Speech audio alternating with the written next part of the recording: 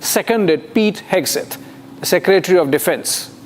That chat has since been owned up by the Trump administration, only that it did not carry anything classified. Irrespective, the condescension in those chats has touched a raw nerve across the pond in Europe. That Europe is riled is a mild statement. British tabloid Daily Star called Vance the most dangerous man in the world. German newspapers showed it as proof of real hatred for Europe in Washington. French newspaper Liberation effectively called for boycott of all American products, suggesting that 60% of French consumers would support it. This is, of course, not the first episode of America under Trump dissing Europe. Since his inauguration, President Trump has been reading the Riot Act to Europe almost on a daily basis. The leaked chats only amplify the message. Europe has to be on its own. Europe can't piggyback on American security guarantees anymore. Europe has to foot the bill. It's been consistent and it's been ruthless. No amount of flying down to DC and commiserating with Trump in the Oval Office seems to be helping.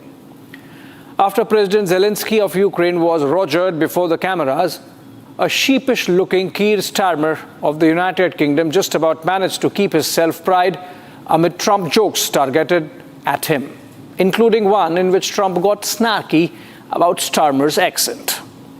Emmanuel Macron returned without much success in softening the DC sledgehammer aimed at the century-old transatlantic partnership. From tariffs to Greenland, from NATO to security backpedaling, the alliance has come undone like how. But the proverbial final straw was the shove that took Europe off the negotiation table on the Ukraine war.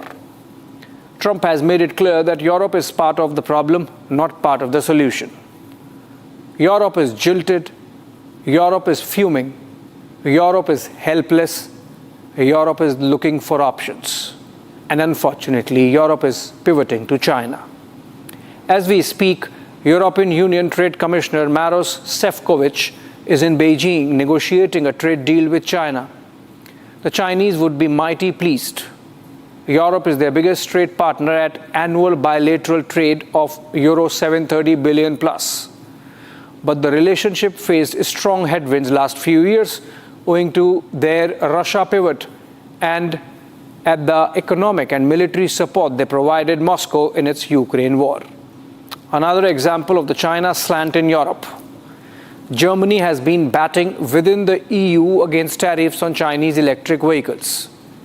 Even the United Kingdom restarted an economic and trade dialogue with China that had stalled since 2019.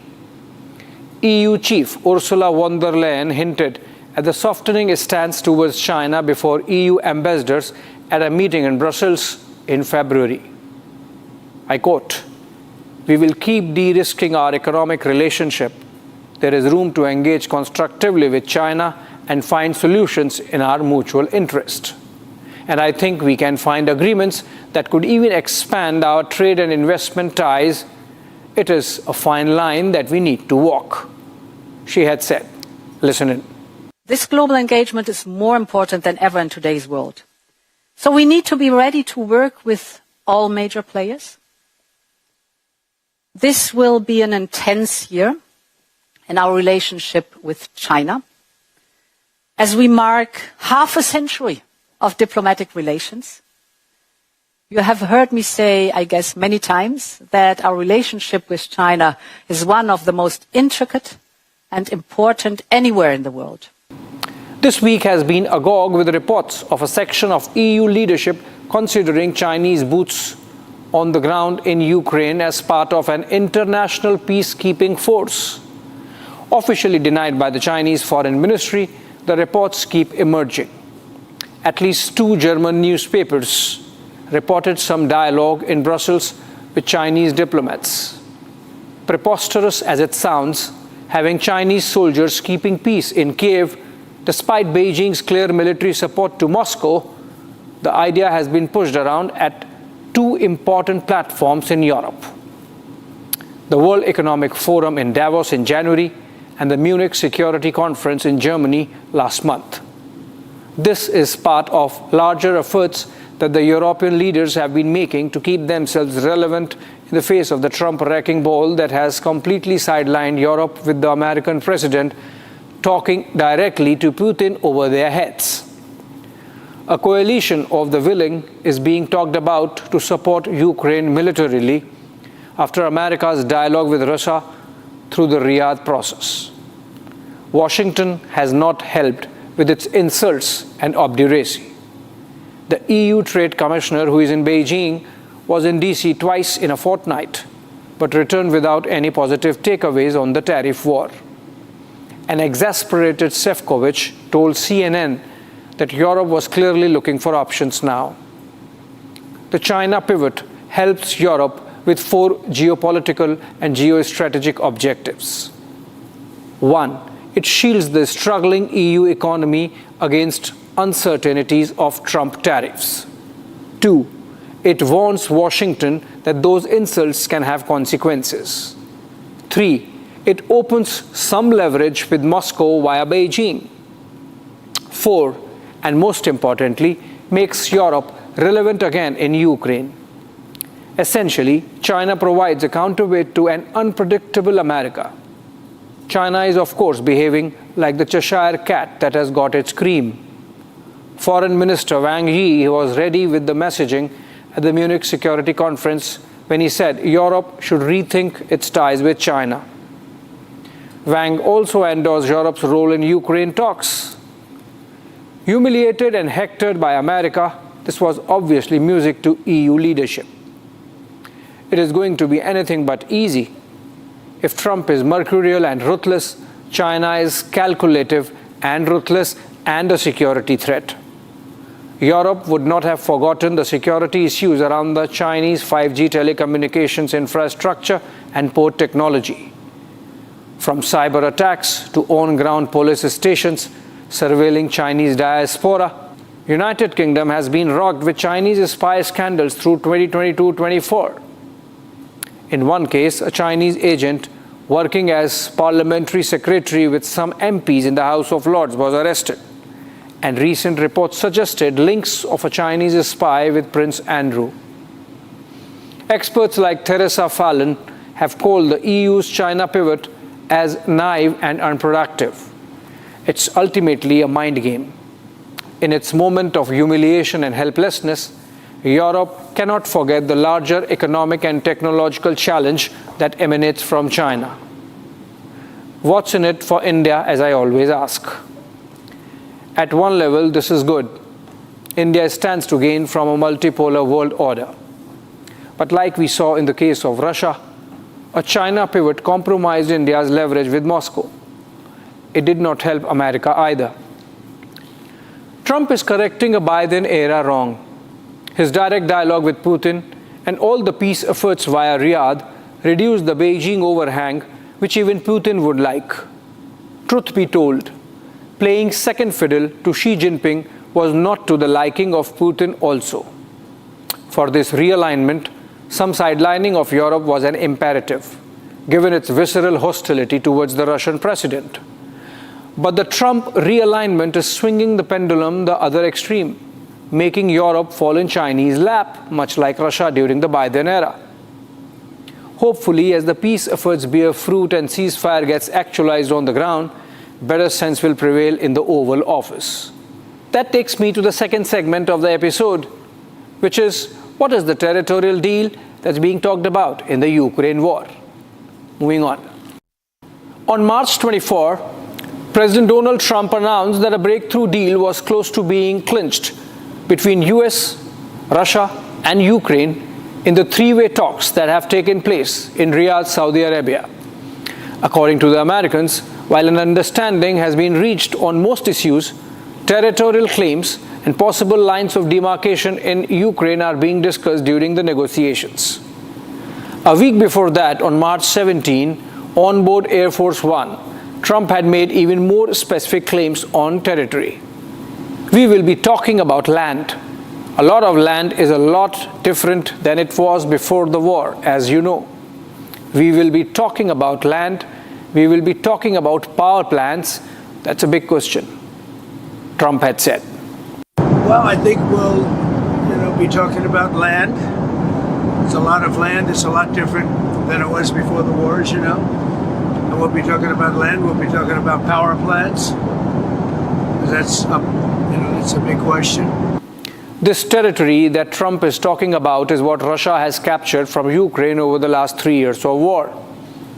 It includes the Luhansk and the Donetsk republics abutting Russia's west, and Kherson and Zaporizhia in the east-central parts of Ukraine, plus the region of Crimea down south, which Russia had taken possession of during the 2014 military operation against Ukraine.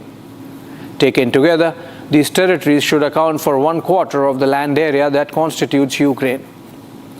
The Americans have denied the specifics, but as this interview of National Security Advisor Mike Waltz to CNN shows, they want Ukraine to make the concession and move on in the larger interest of peace. He also made it clear that A, there was no question of Ukraine becoming a member of NATO, and B, if the war has to end, then Ukraine has to agree for some kind of territorial concessions. It might be easier said than done. While the peace constituency is building up among war-weary populations on both sides of the divide, territorial sovereignty is directly connected with a sense of justice and nationhood. And if the ceasefire is built on foundations of a sense of injustice, then we have examples from the Treaty of Versailles, among others, that the peace might not be sustainable. This was reflected as much in the Senate Intelligence Committee hearing in Washington this week, when Director of National Intelligence Tulsi Gabbard informed Americans that there was information with them which suggested that both sides might prolong the war rather than settle for an unsatisfactory deal. It is clear which side the dissatisfaction is going to be more, given the large tracts of land that Russia has captured from Ukraine. Trump has put a deadline of April 20, the Easter Sunday, by when he wants the talks to yield results and the ceasefire to kick in. By happenstance, it's Easter for both the Western Christian and Russian Orthodox churches on April 20. War-weary people in Ukraine want peace. According to this report, not only the constituency for peace has grown to more than 50% over the last few months, but most people are also open to the idea of Ukraine ceding some territories to buy peace with Russia. That brings me to an essay or a blog that Russian President Vladimir Putin wrote in July 2021, months before he launched the full-scale invasion, the special military operation against Ukraine in February 2022. It was more a construction of history underpinning Putin's reasons for the war. In the essay, Putin begins by arguing that Russians and Ukrainians, along with Belarusians, are one people, citizens of ancient Rus, a sort of Akhand Russia that got divided over centuries due to geopolitics. Modern-day Ukraine is a political construct over traditional Russian lands created by anti-Russia external forces since the 17th century. Putin also finds fault with the founding fathers of Soviet Russia, Lenin and the Bolsheviks, to have included in the USSR Constitution of 1924 the clause which allowed federating units to secede. Ukrainian reaction was swift. Zelensky called the talk of brotherhood in the essay as being similar to the biblical fable of Cain and Abel. The article was compared to Hitler's Sudetenland speech by some others in terms of delineating Putin's expansionist ambitions. I went through it word for word then and could not help but notice the nostalgia that sometimes we have for Akhand Bharat, for the territory that is now identified as Pak-occupied Jammu and Kashmir, once had the Rig Vedas being written there. Let me read just one para from Putin's essay. Russians, Ukrainians and Belarusians are all descendants of ancient Rus, which was the largest state in Europe. Slavich and other tribes across the vast territory, from Ladoga, Novgorod and Peskov to Kiev and Chernigov, were bound together by one language, which is now referred to as Old Russian. Economic ties, the rule of the princes of the Rurik dynasty, and after the baptism of Rus, the Orthodox faith. The throne of Kiev held a dominant position in ancient Rus. This had been the custom since the late 9th century. The tale of bygone years captured for posterity the words of Oleg, the prophet, about Kiev. Let it be the mother of all Russian cities. Unquote. Kiev, where the Ukrainian government sits today, is described as mother of all Russian cities. Putin's essay makes it clear that he sees in the Ukraine war a civilizational project. One might argue that you cannot erase 300 years of history to hark back on the nostalgia of once united territories of ancient Russia. But it is just a thought. Like in the case of Russia with Ukraine, so in the case of China with Taiwan.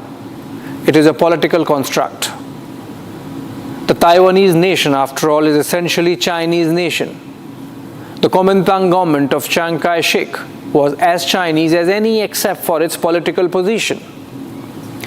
Between the Communist Party of China, the CCP, and Kuomintang, the political difference was not on Chinese nationhood, but on the system of government. What's in it for India, as I always ask? Only this much.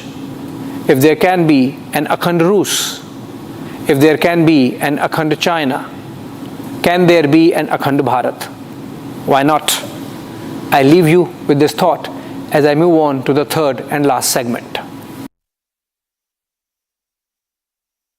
I return to a story we visited sometime in August last year, that of China wanting to have its own Dalai Lama. This week marked the 66th anniversary of the escape of His Holiness the 14th Dalai Lama from Tibet in 1959. On the same day, March 17, we had Yu Jing, the spokesperson of the Chinese embassy in New Delhi, post a foreign ministry claim that reincarnation of the Dalai Lama must follow Chinese law. She also mentioned a comical method of draw of lots using a golden urn to pick up the successor of the present Dalai Lama. This got an immediate rebuttal the next day from the office of His Holiness.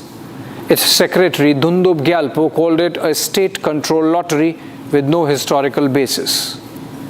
He also drew attention to the fact that China played no role whatsoever in the search or recognition of the 14th Dalai Lama. In fact, its representatives had to apply for visas through British India just to attend his enthronement ceremony, merely as foreign guests like everyone else. The immediate backdrop of the post was the release of Dalai Lama's autobiographical account in a book called Voice of the Voiceless on March 11, in which, among other things, the Tibetan spiritual leader spoke of how his successor would be born outside China in the free world. As if this was not enough, he riled the Chinese Communist state by calling the Xi Jinping era a throwback to the days of Mao, suggesting that what was happening in China in the present was similar to the cultural purge that happened during the Mao era, only with sophisticated digital tools this time.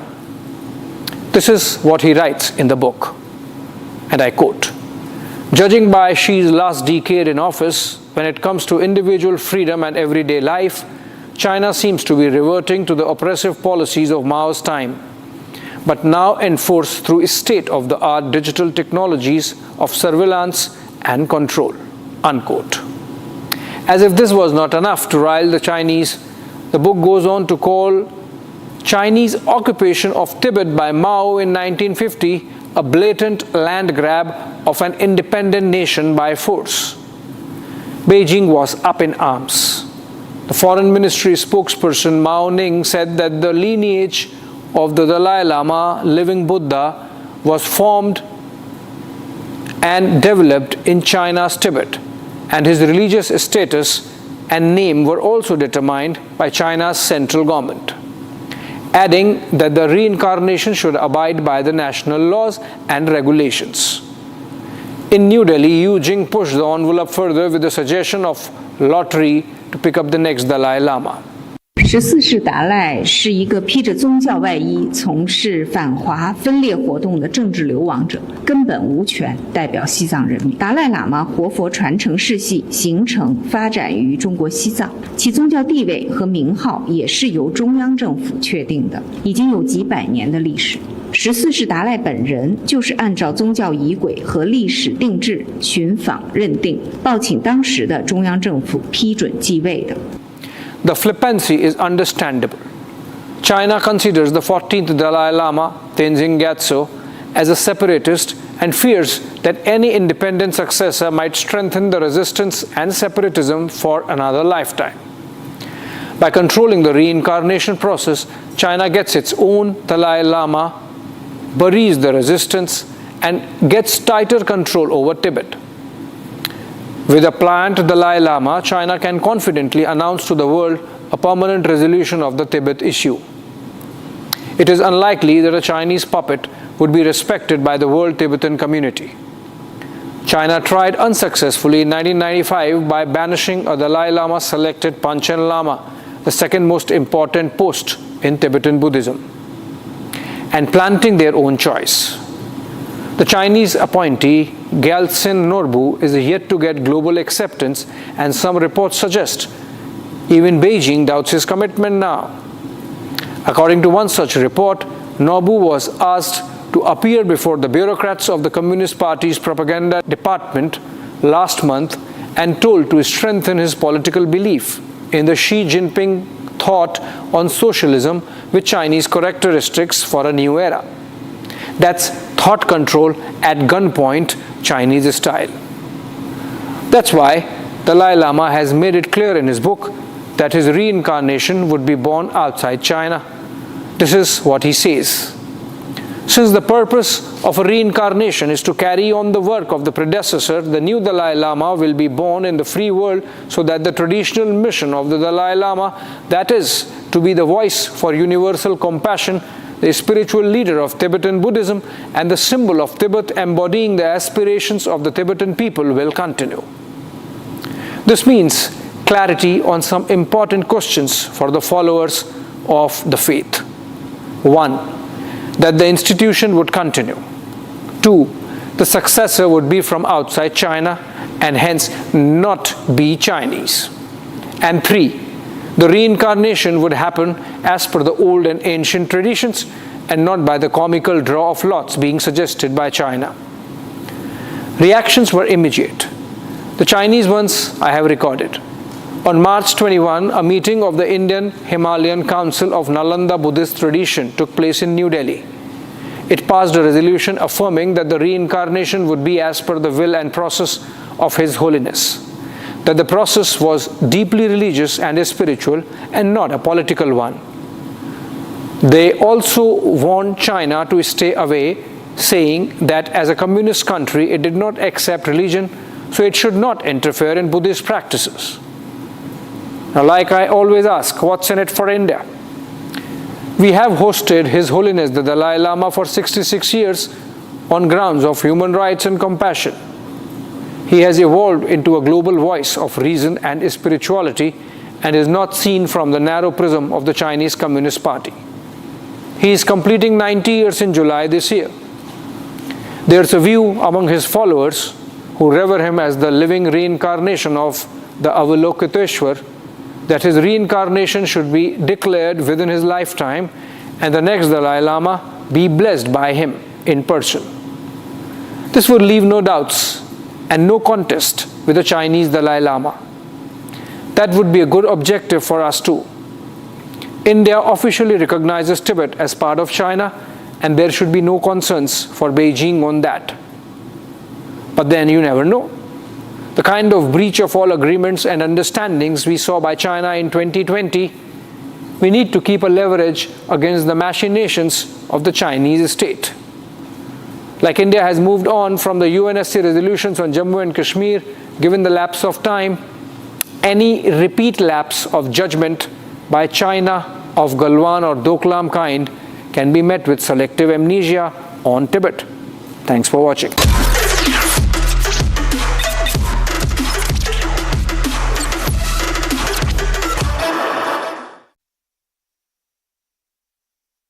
Mahi sir, how much do you love your fans? Honestly, I love my new fans. पुराने वाले बेकार में शोर करते थे. Sir fans है शोर तो करेंगे ही ना. नए वाले नहीं करते. And they listen to what I say. नए Orient fans. They are super silent with voice control. अच्छा वो वाले fans. I thought Cricket fans. यार तुम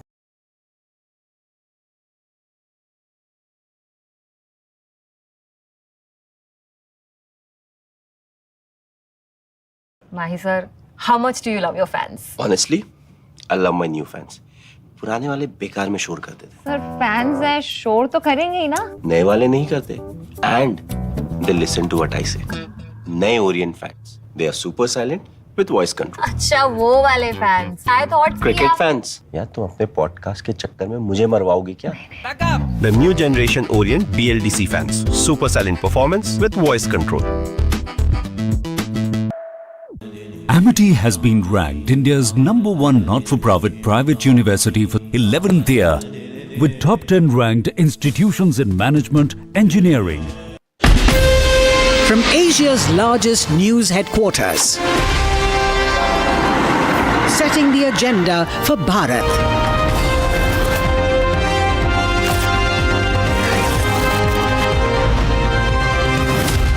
You're watching Republic.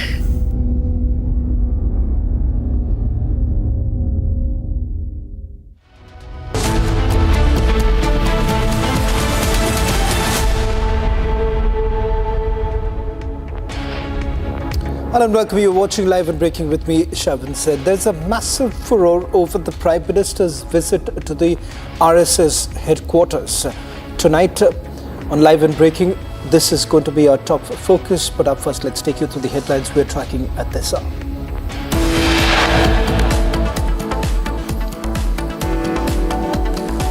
Three days after mob violence in Nepalese capital of Kathmandu, government detains pro-monarchy protesters, several RPP leaders under house arrest. At least 1,600 people in Myanmar in the aftermath dead. Operation Brahma in full swing as India sends humanitarian aid. US government gives nod to building and designing nuclear reactors. 2 private Indian companies get American approval. 11 coaches of the Kamakya Express derails in Cuttack, leaving 1 person dead. NDRF teams rushed to the spot.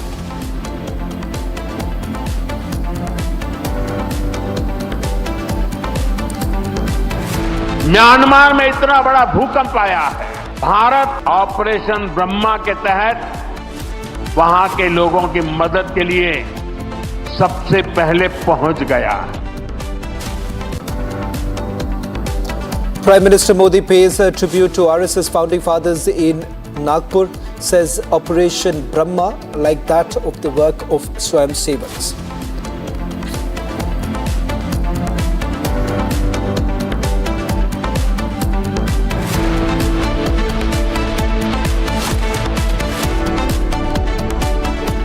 Prime Minister Narendra Modi visited Nagpur today and he has lauded the Rashtriya Swayamsevak Sangh, calling it the modern Akshayavata Viksh, a symbol of India's immortal culture. Now, he praised the selfless service of the RSS volunteers across various spheres and the regions of the country, highlighting their role in nation building, social service, as well as cultural preservation. Now, in fact, he also went on to say that the way India initiated Operation Brahma in the wake of the devastating earthquake in Myanmar, it was exactly how Sangh has performed selfless service all this while.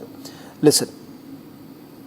वसुधैव कुटुंबकम का हमारा मंत्र आज विश्व के कोने कोने में पहुंच रहा है और दुनिया इसे हमारे कार्यों में भी देख रही है, महसूस कर रही है. जब कोविड जैसी महामारी आती है तो भारत विश्व को परिवार मानकर वैक्सीन उपलब्ध करवाता है.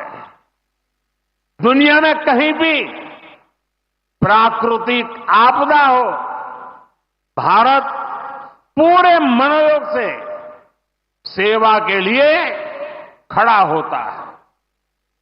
अभी आपने कल ही देखा है, म्यांमार में इतना बड़ा भूकंप आया है।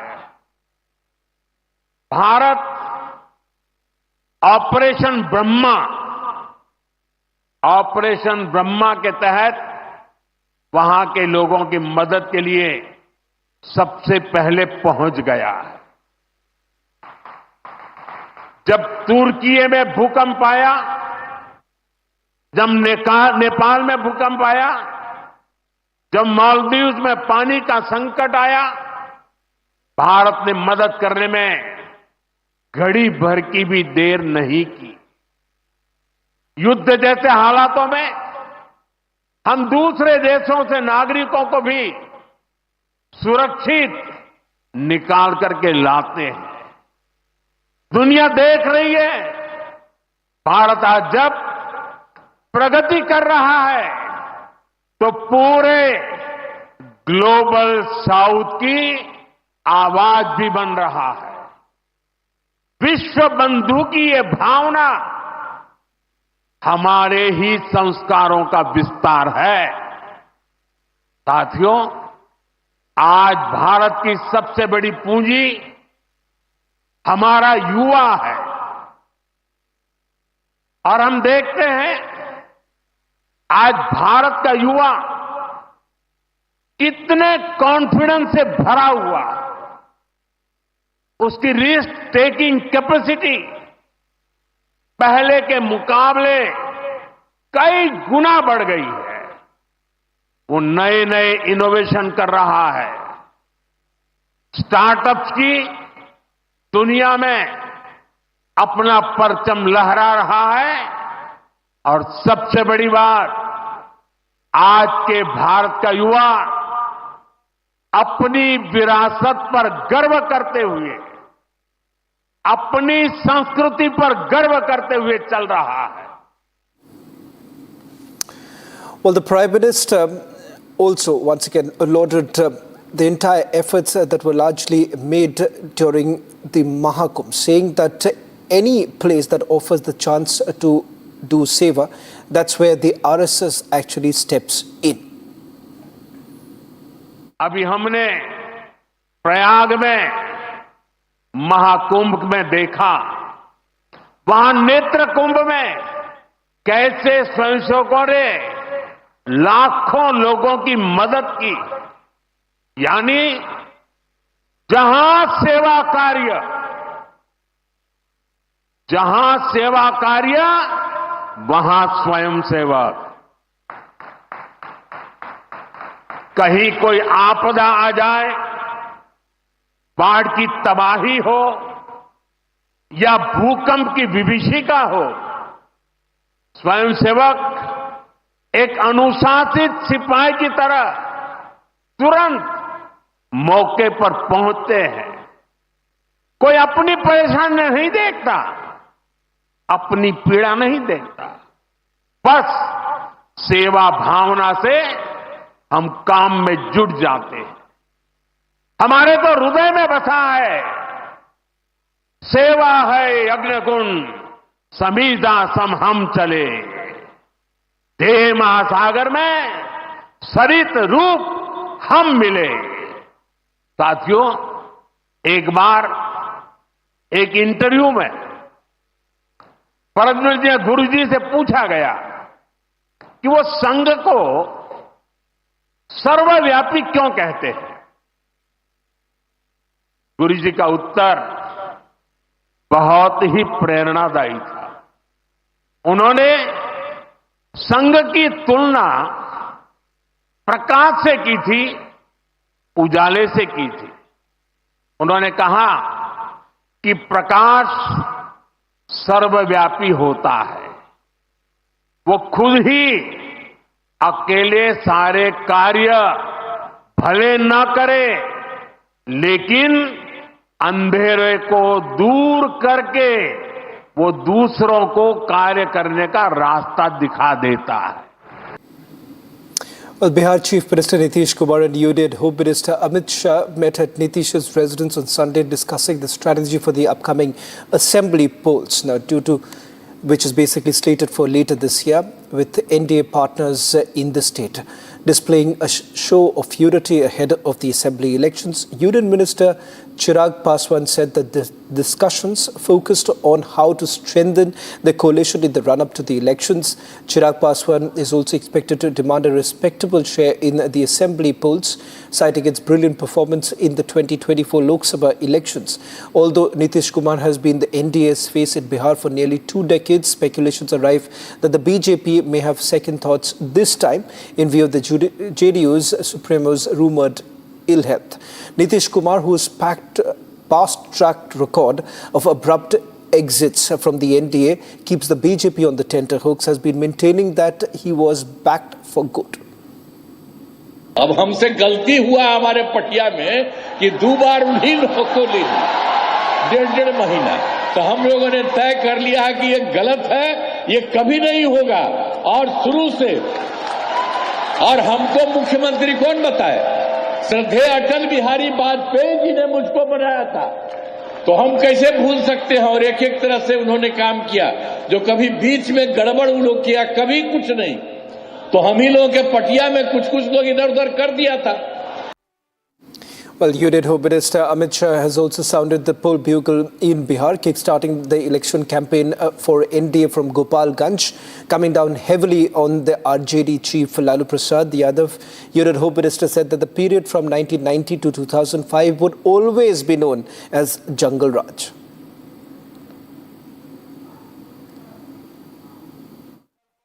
आज मैं यूपीए के नेता और विशेष कर लालू यादव जी को पूछना चाहता हूं, लालू जी, बिहार और देश के गरीबों के लिए कुछ किया हो तो जरा खाका लेकर बिहार की जनता के सामने आइए।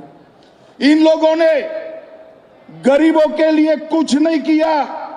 मोदी जी ने 10 साल के अंदर राशन, घर, बिजली, गैस, जल, शौचालय, दवाइयां और 5 किलो मुफ्त अनाज देने का काम हमारे नरेंद्र मोदी जी ने किया। Well, Bihar leader of the opposition and former Deputy Chief Minister Tejasvi Yadav hit out at Home Minister Amit Shah. Listen. जब चुनाव आता है तो बड़ी बड़ी घोषणाएं जो है लोग करते हैं, लेकिन चुनाव के बाद जो है जुमला हो जाता है। अब जितना पैसा अगर कह रहे कितना दिया मोदी जी ने, तो बताओ ना कहाँ दिया, कौन से सेक्टर में दिया, कितना दिया, उसका थोड़ा विवरणी जो है लोगों को बताना चाहिए डिटेल में। तो जब चुनाव आता है तो केवल घोषणा करते हैं, लेकिन 20 साल में इन्होंने क्या काम किया उसकी गिनती इन्होंने नहीं बताई। Telangana Chief Minister Revant Reddy criticized UDID Home Minister Amit Shah's comments on Dr. B.R. Ambedkar and pledged significant investment to develop Kodangal. He highlighted Ambedkar's growing influence, saying people are adoring Ambedkar as an invisible god.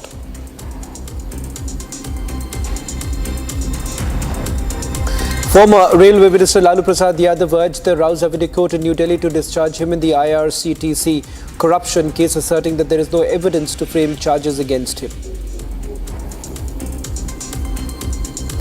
The security forces conducted search operations and area domination in the fringe and vulnerable areas of the hill and valley districts in Manipur. During the search operations, the security forces also recovered several arms and ammunition.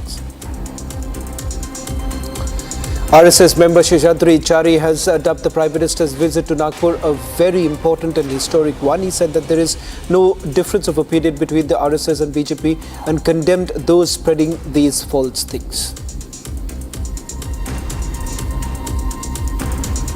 उनका वहाँ पर जाना, वो भी शताब्दी वर्ष में जाना, ये अपने आप में एक बहुत विशेष बात है। संघ और भारतीय जनता पार्टी में बड़ा विरोध है, अंतर्द्वंद है, एक दूसरे के खिलाफ हैं, ये सब हास्यास्पद है।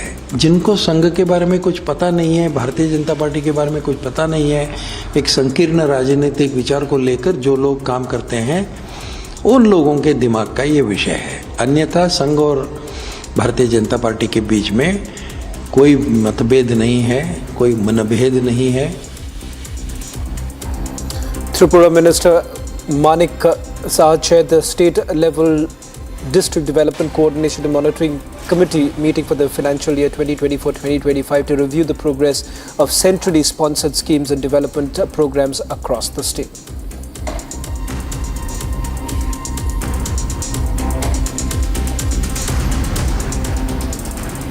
Samajwadi Party Chief Akhilesh Yadav has taken a sharp dig on UP Chief Minister Yogi Adityanath, saying no one can become Yogi by wearing clothes like Yogi, slamming UP Chief Minister. Further, Akhilesh said that our Chief Minister has never read about Vivekananda or anything related to Swami Vivekananda. Akhilesh cited Swami Vivekananda and said that Swami Vivekananda said that this country accepts everyone who comes here. We accept everyone, and we have 100 religions in our country. We don't need religion, we need food. हम transparent government चला रहे हैं, हमारे अंदर transparency है, तो कम से कम 40 लाख करोड़ में कितना इन्वेस्टमेंट जमीन पे आया है और उस इन्वेस्टमेंट से कितने लोगों को नौकरी रोजगार मिला है, कम से कम ये तो बता दें। इसलिए इस सरकार की जो नीयत है, जो मंशा है, जो उनका फोकस है, जो उनकी स्ट्रेटजी है, वो ये है कि बुनियादी सवाल न पूछे जाएं, बुनियादी सवालों पर चर्चा ना हो। इसीलिए धार्मिक ये सवाल उठाए जाते हैं। और सच्चाई ये है, कोई भी कपड़े पहनने से योगी नहीं बन जाता है, कोई भी वस्त्र पहनने से योगी नहीं बन जाता है। विचार से योगी होता है, अपने काम से योगी होता है। Well, now listen to what former Chief Minister of Uttar Pradesh Akhilesh Yadav had to say with regards to Swami Vivekananda's position on religion, where he said and quoted Swami Vivekananda saying that this country accepts everyone who comes here. We accept everyone, and we have 100 religions in our country. Listen. मैं आपसे फिर कह रहा हूँ, मेरे भारत समाचार के मित्र, कोई सवाल बजट के माध्यम से मत पूछिए। समाज में भाईचारा किससे बढ़े वो सवाल पूछिए। आज हम त्योहार मना रहे हैं, कल भी त्योहार मनेगा। ये त्योहारों का देश है, यहाँ त्योहार मिलजुल करके मनाए जाते हैं। ये हमारे मुख्यमंत्री जी जानते ही नहीं हैं, उन्होंने कभी विवेकानंद जी को नहीं पढ़ा। मैं इतने चैनलों के सामने कह सकता हूँ दावे के साथ कि उत्तर प्रदेश के मुख्यमंत्री जी ने विवेकानंद को नहीं पढ़ा। और मैं फिर कहता हूँ ये बात, मुख्यमंत्री जी ने विवेकानंद जी को नहीं पढ़ा। विवेकानंद जी ने शिकागो में जाकर के जो स्पीचेस हुई हैं, जो दुनिया के रिलीजन्स के लीडर्स वहाँ पहुँचे थे, रिलीजियस लीडर के सामने कहा कि हम उस धरती से आते हैं, उस देश से आते हैं जिस देश की पहचान ये है कि जो भी आया उसमें उसको उन्होंने अपना लिया। यूनिवर्सल एक्सेप्टेंस यहाँ का धर्म सिखाता है, यहाँ का धर्म टॉलरेंस सिखाता है। विवेकानंद जी ने ये भी कहा एक समय पर, जब आखिरी दिन उन्होंने भाषण दिया, उन्होंने कहा कि हमारे देश में धर्म बहुत है लेकिन हमें रोटी की ज़रूरत है। तो मेरे पत्रकार मित्र, रोटी से बड़ी कोई चीज़ नहीं है, बजट से बड़ी कोई चीज़ नहीं है, इन्वेस्टमेंट से बड़ी चीज़ कोई नहीं है। Bageshwar Dham's chief priest Pandit Dhirendra Shastri, in a recent visit to Muzaffarnagar, made several statements that have raised eyebrows. From statements on Meerut murder case to renaming Muzaffarnagar, here is a quick report.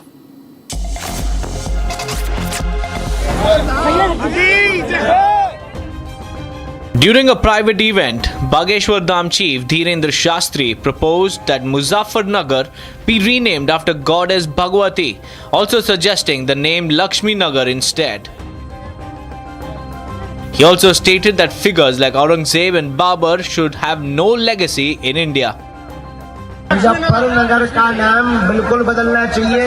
हम हिंदुओं से यही प्रार्थना करेंगे कि लक्ष्मी नगर के नाम की संकल्प को लेकर के कि मुजफ्फरनगर का नाम बदले, लक्ष्मी नगर नाम हो गए, इस संकल्प को लेकर के हनुमान जन्मोत्सव पर यात्रा निकलनी चाहिए। Referring to the recent Saurabh Rajput murder case in Meerut, Shastri criticized the moral decline, blaming modern TV serials and lack of traditional values for the increase in crimes. तुम्हारे मेरठ का ये ब्लू ड्रम बड़ा famous हुआ है। देखो, जहाँ बरसात नहीं होती है वहाँ की फसलें खराब हो जाती हैं, जहाँ संस्कार नहीं रहते वहाँ की नस्लें खराब हो जाती हैं। तो वर्तमान में बिगड़ते हुए संस्कार, रामचरितमानस से दूरी, पाश्चात्य संस्कृति, टीवी सीरियलों के कारण बिगड़े औलाद पैदा हो रही है।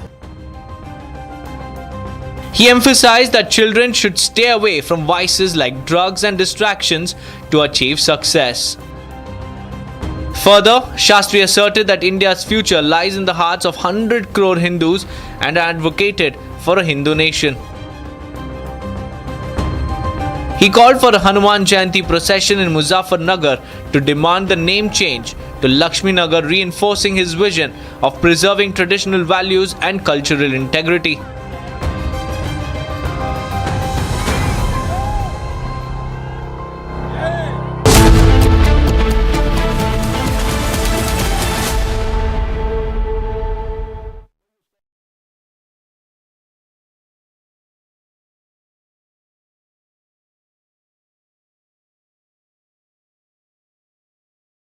Amity has been ranked India's #1 not-for-profit private university for 11th year, with top 10 ranked institutions in management, engineering, biotech, law, masscom, telecom, hospitality, fashion and more.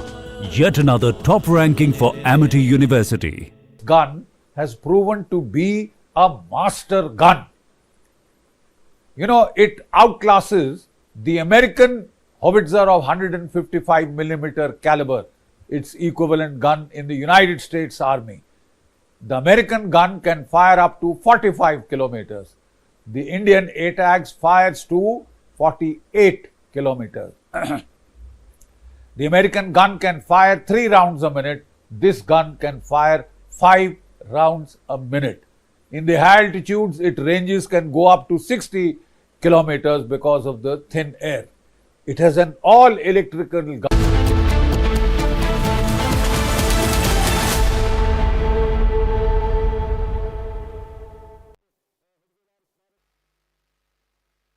हम अपने देश का इतिहास देखें तो सैकड़ों वर्षों की गुलामी, इतने आक्रमण, भारत की सामाजिक संरचना को मिटाने की इतनी क्रूर कोशिशें, लेकिन भारत की चेतना कभी समाप्त नहीं हुई। उसकी लौ जलती रही। ये कैसे हुआ? क्योंकि कठिन से कठिन दौर में भी भारत में इस चेतना को जागरूक रखने वाले नए नए सामाजिक आंदोलन होते रहे। भक्ति आंदोलन उसका ये उदाहरण जिससे हम सब भली भांति परिचित हैं। मध्यकाल के उस कठिन कालखंड में हमारे संतों ने भक्ति के विचारों से हमारी राष्ट्रीय चेतना को नई ऊर्जा दी। इन आंदोलनों ने भेदभाव के फंदों को तोड़कर समाज को एकता के सूत्र में जोड़ा। इसी तरह स्वामी विवेकानंद जैसे महान संत भी हुए। उन्होंने निराशा में डूब रहे समाज को झकझोरा, उसे उसके स्वरूप की याद दिलाई, उसमें आत्मविश्वास का संचार किया और हमारी राष्ट्रीय चेतना को बुझने नहीं दिया। गुलामी के आखिरी दशकों में डॉक्टर साहब और गुरुजी जैसे महान व्यक्तित्वों ने इसे नई ऊर्जा देने का काम किया। आज हम देखते हैं राष्ट्रीय चेतना के संरक्षण और संवर्धन के लिए जो विचार बीज 100 साल पहले बोला गया, वो महान वटवृक्ष के रूप में आज दुनिया के सामने है। सिद्धांत और आदर्श इस वटवृक्ष को ऊंचाई देते हैं। लाखों करोड़ों स्वयंसेवक इसकी टहनी, ये कोई साधारण वटवृक्ष नहीं, राष्ट्रीय स्वयंसेवक संघ भारत की अमर संस्कृति का आधुनिक अक्षय वट है। ये अक्षय वट आज भारतीय संस्कृति को, हमारे राष्ट्र की चेतना को निरंतर ऊर्जावान बना रहा है। साथियों, जब प्रयासों के दौरान में जब मैं नहीं हम का ध्यान होता है, जब राष्ट्र प्रथम की भावना सर्वोपरि होती है, जब नीतियों में, निर्णयों में देश के लोगों का हित ही सबसे बड़ा होता है, तो सर्वत्र उसका प्रभाव भी और प्रकाश भी नजर आता है। विकसित भारत के लिए सबसे जरूरी है कि हम उन बेड़ियों को तोड़े जिनमें देश उलझा हुआ था। आज हम देख रहे हैं भारत कैसे गुलामी की मानसिकता को छोड़कर आगे बढ़ रहा है। गुलामी की निशानियों को, जिस हीन भावना में 70 वर्षों से डोया जा रहा था, उनकी जगह अब राष्ट्रीय गौरव के नए अध्याय लिखे जा रहे हैं। वो अंग्रेजी कानून जिन्हें भारत के लोगों को नीचा दिखाने के लिए बनाया गया था, देश ने उन्हें बदल दिया है। गुलामी की सोच से बनी दंड संहिता की जगह अब भारतीय न्याय संहिता लागू हुई है। हमारे लोकतंत्र के प्रांगण में अब राजपथ नहीं, कर्तव्य पथ है। हमारी नौसेना के ध्वज में भी गुलामी का चिन्ह छपा हुआ था, उसकी जगह अब नौसेना के ध्वज पर छत्रपति शिवाजी महाराज का प्रतीक लहरा रहा है। अंडमान के द्वीप, जहां वीर सावरकर ने राष्ट्र के लिए यातनाएं सही, जहां नेताजी सुभाष बाबू ने आजादी का बिगुल फूका, उन द्वीपों के नाम भी अब आजादी के नायकों की याद में रखे गए हैं। Days after the devastating earthquake measuring 7.7 on the Richter scale struck Myanmar, there's widespread damage across Southeast Asia. Although the epicenter was located 16 kilometers north-northwest of Saigang in Myanmar, the tremors were felt strongly in neighboring Thailand. In Bangkok, an under-construction skyscraper in the Chatuchak district collapsed, trapping workers inside. Search and rescue operations are underway at the site, with teams working tirelessly to locate survivors amid the rubble. At least 9 people have been confirmed dead, while over 80 remain missing. Rescue teams, including sniffer dogs and drones, are combing through the wreckage as they search for signs of life. The earthquake has claimed over 1,600 lives in Myanmar, and the toll is expected to rise. Relief efforts are being coordinated, and the United Nations has pledged $5 million for immediate aid.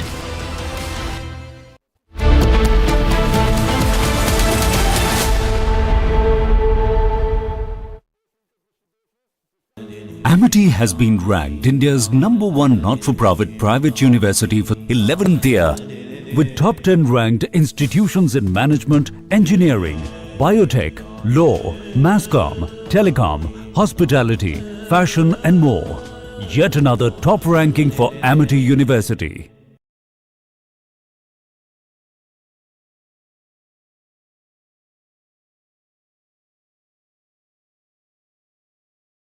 Mahi sir, how much do you love your fans? Honestly, I love my new fans. पुराने वाले बेकार में शोर करते थे. Sir fans हैं शोर तो करेंगे ही ना. नए वाले नहीं करते. And they listen to what I say.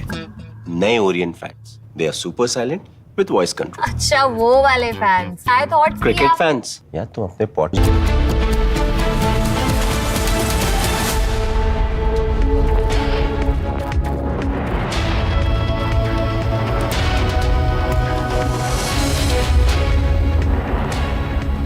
A very good evening, viewers. You're watching Live and Breaking with me, Rakshita Mishra. Let's get started with all the top stories making headlines this Sunday. 3 days after mob violence in the Nepalese capital of Kathmandu, the government of Nepal detains the pro-monarchy protesters. Several RPP leaders under house arrest.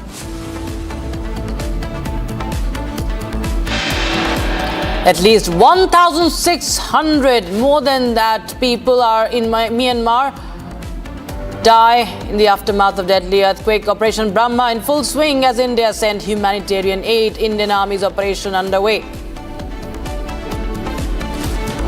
US gives nod to building and designing nuclear reactors. 2 private Indian companies get American approval.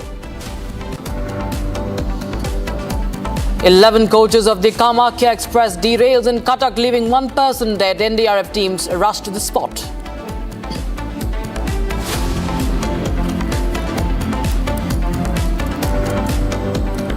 में इतना बड़ा भूकंप आया है.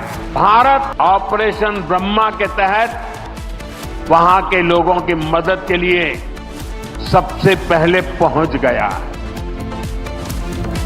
Prime Minister Modi pays tribute to RSS founding fathers in Nagpur, says Operation Brahma like that of the service rendered by the Swayam Sevaks.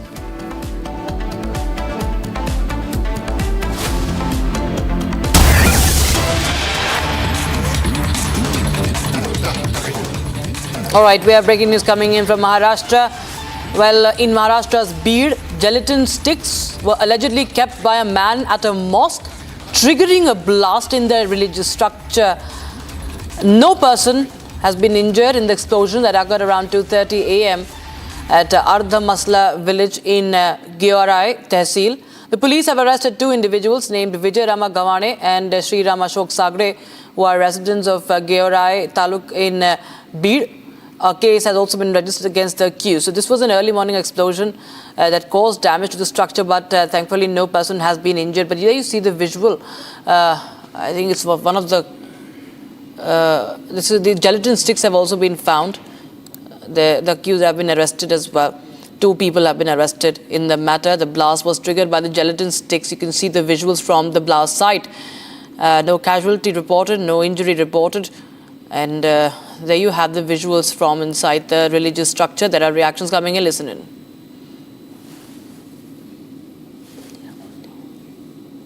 कि उसकी जानकारी मिली है, किसने किया है ये भी जानकारी मिली है. उसकी बाकी जानकारी वहाँ के जो एसपी है वो प्रेस लेकर देंगे. कि उसकी जानकारी मिली है, किसने किया है ये भी जानकारी मिली है. उसकी बाकी जानकारी वहाँ के जो एसपी है वो प्रेस लेकर देंगे. भीड़ में एक मस्जिद में जिलेटिन फेंक करके वहां पर ब्लास्ट करने की कोशिश की गई. वहां किसी को चोट भी लगी है, दीवारों पर उसका असर हुआ है. मैंने खुद तो देखा नहीं है, हम न्यूज़ में आ रहा है. लेकिन जिलेटिन जो है ना, ये आतंकवादी लोग इस्तेमाल करते हैं. जो चीज़ें पहाड़ को तोड़ने के लिए यूज़ की जाती है, वो मस्जिद में फेंकी गई है और आरोपी पकड़ा गया है. मैं महाराष्ट्र सरकार से कहना चाहता हूँ कि सबका साथ सबका विकास, आप उनके ऊपर कौन सी कलम लगा रहे हैं? देशद्रोह का कानून लगाया कि नहीं लगाया आपने उसको सख्त कानून लगा करके ब्लास्ट, जो लोग जो है आतंक फैला रहे हैं, उस तरह का कानून उन पर तुरंत लगाइए, अनाउंस कीजिए कि लगाया गया। ऐसा महसूस नहीं होना चाहिए कि धर्म देखकर यहाँ कानून लग रहा है, और हो यही रहा है कि धर्म देखकर काम हो रहा है। लेकिन अभी मैं सरकार से पूछना चाहता हूं कि इस पे कौन कौन सी कलम लग रही है, और इसको जो है आतंकवाद के केस में लिया गया कि नहीं लिया गया, देशद्रोह के केस में लिया गया कि नहीं लिया गया, मस्जिद पे ब्लास्ट किया, बहुत संगीन है, मुस्लिम हिंदू की आपस में लड़ाई से हो सकती है, लॉ एंड ऑर्डर का प्रॉब्लम खड़ा हो सकता है। तो तुरंत सरकार जो है इस पे सख्त कानून लगाए और जनता को बताए कि हमने जिस तरह से मुसलमानों पे कानून लगाया है, उसी तरह से भारत धर्म के साथ लगाएंगे। And fierce protests erupted across Pakistan over the arrest of Baloch human rights activist Maharang Baloch and 16 others as part of a sweeping crackdown on Baloch resistance in the country, alleging a brutal assault on the face of the Baloch resistance and the followers. The protesters vented their outrage over the government's actions. Here's a report. Protesters across Pakistan are up in arms over the arrest of Baloch human rights activist Maharang Baloch along with 16 others. The protesters have called for the immediate release of Maharang Baloch in the face of the Baloch resistance against alleged illegal Pakistani occupation. Maharang, who heads the Baloch Yakcheti committee, was arrested along with 16 others while leading a protest against alleged enforced disappearances of fellow Baloch nationalists. According to Baloch activists, the security forces resorted to tear gas shelling and beat and charge in a brutal crackdown on resistance and protests. The activists claim that the brutal state crackdown claimed dozens of lives. Baloch protesters observed a Black Day against alleged state repression and brutal security crackdown. Protests over the arrest of Maharang Baloch were held across Sindh and Balochistan, including Quetta, Karachi and Gwadar. Earlier on Saturday, the Baloch insurgents claimed a suicide attack on a top security officer who they claimed to be a puppet of the Pakistan intelligence. As the Baloch erupt against alleged state repression and security crackdowns, is the world watching? Breaking news coming in from the National Capital Region, Noida, viewers, where a red Lamborghini sports car allegedly hit two pedestrians on a footpath adjacent to an under-construction complex in Sector 94 area. Both the pedestrians are hospitalized in a critical condition. The Lamborghini ran over these pedestrians, literally hit them. In the video, this man is asking the driver, there's a man asking the driver of the sports car, have you learned a lot of stunts? And then he says that, do you know how many people have died here? And in turn, we see that the driver asks, did anyone die here? Koi mar gaya kya is what you hear in this video. Both the pedestrians have been hospitalized. They are in critical condition. There you see the red Lamborghini that hit the pedestrians on the side, and this is the video. You can see the driver he was behind the wheel, and just take a listen in, viewers, to this video.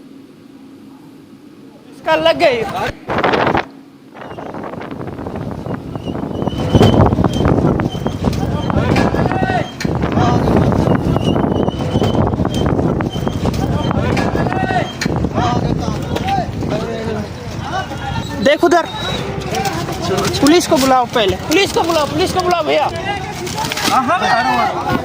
अभी तुम्हारा गाड़ी किसका लग गई? कुछ नहीं, हाँ भैया पुलिस को बुलाओ। भाग नहीं पाई। अरे रेस मारती गाड़ी। रेस तुम कितना एक्सीलेटर देते हुए आ रहे हो? हल्का सा दिए हो। All right, we'll just try and get more details from Ground Zero as we are bringing to you the video from the site of the accident that was shot by a man. And we have Akil also joining us live on the broadcast for more. Akil, tell us more about this man who was behind the wheel, and what is the condition of the laborers who in fact got hit by this car? Well, Rashida, if you see at this point in time, a hit and run case has been reported in Gautam Budh Nagar. If you see what has happened on Sunday evening near the M3M project in Sector 94, which is under the jurisdiction of Sector 126 police station, a Lamborghini basically was coming from another side from the cremation ground. And from that side, that Lamborghini was speeding up at that point in time. And due to the negligence of that driver, two persons who were sitting on the footpath at that point in time. So right now, Gautam Budh Nagar police team has basically admitted both the injured to the hospital, to a nearby hospital. And in this case, what has happened that the driver and the car were also taken into custody by the Gautam Budh Nagar police. And the Gautam Budh Nagar police is right now investigating the entire matter. But if you see, the critical point is that condition of both the workers is still out of danger. And if you see earlier what has happened when that incident took place, at that point in time in Sector 94, four workers were sitting on the footpath when from another direction, a high-speed Lamborghini basically approached towards their direction, and then they hit both the workers who were sitting at that point in time. Back to you in the studio. In fact, this man, if we know anything about him, was he overspeeding? Was he inebriated? Because he very casually asks, "Koi mar gaya kya?" He's very nonchalantly, very casually asking that, has anyone died or not? Any details about him and what really happened that time? Well, Rakshita, if you see, this investigation is at a very preliminary stage. At this point in time, what has happened, once the incident took place, the Gautam Budh Nagar police basically took both the injured person, both the laborers from there to a nearby hospital.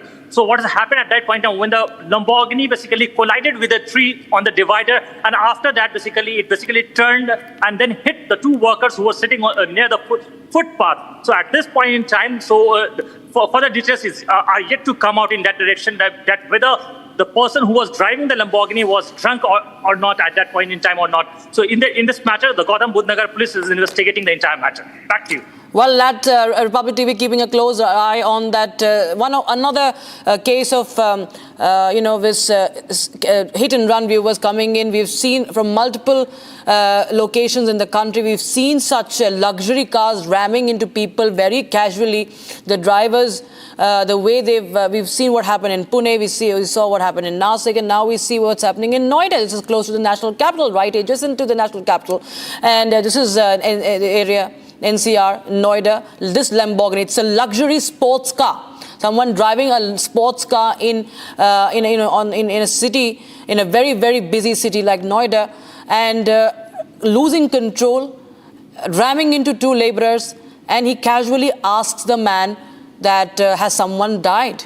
He did not even care. He was asking that man instead of jumping out of the car right away. And the police said that the workers have been taken to a nearby hospital for treatment. They are critical, and we do not know yet. There has been, of course, he is in custody, as Akil was telling us. But Akil, if you're still with us, tell us more about this Lamborghini. Is the man who was behind the wheel, he is the owner? Is it a local? Is he a local? Any information on the background? Well, Rakshita, if you see at this point in time, the information that we are getting from the police is that both the workers are safe. But if you see, fractures have happened in this very incident on their legs and hands as well. So casualty has not happened, but the fractures have been reported. This is what has been confirmed by the Gautam Budh Nagar police at this point in time. But they are investigating this entire matter, that whether that person who was basically driving that Lamborghini car was in an inebriated condition or not at this point in time. So that has not been confirmed by the Gautam Budh Nagar police. But one thing is confirmed, that when that person was driving that Lamborghini car, he was coming from another direction at a very high speed.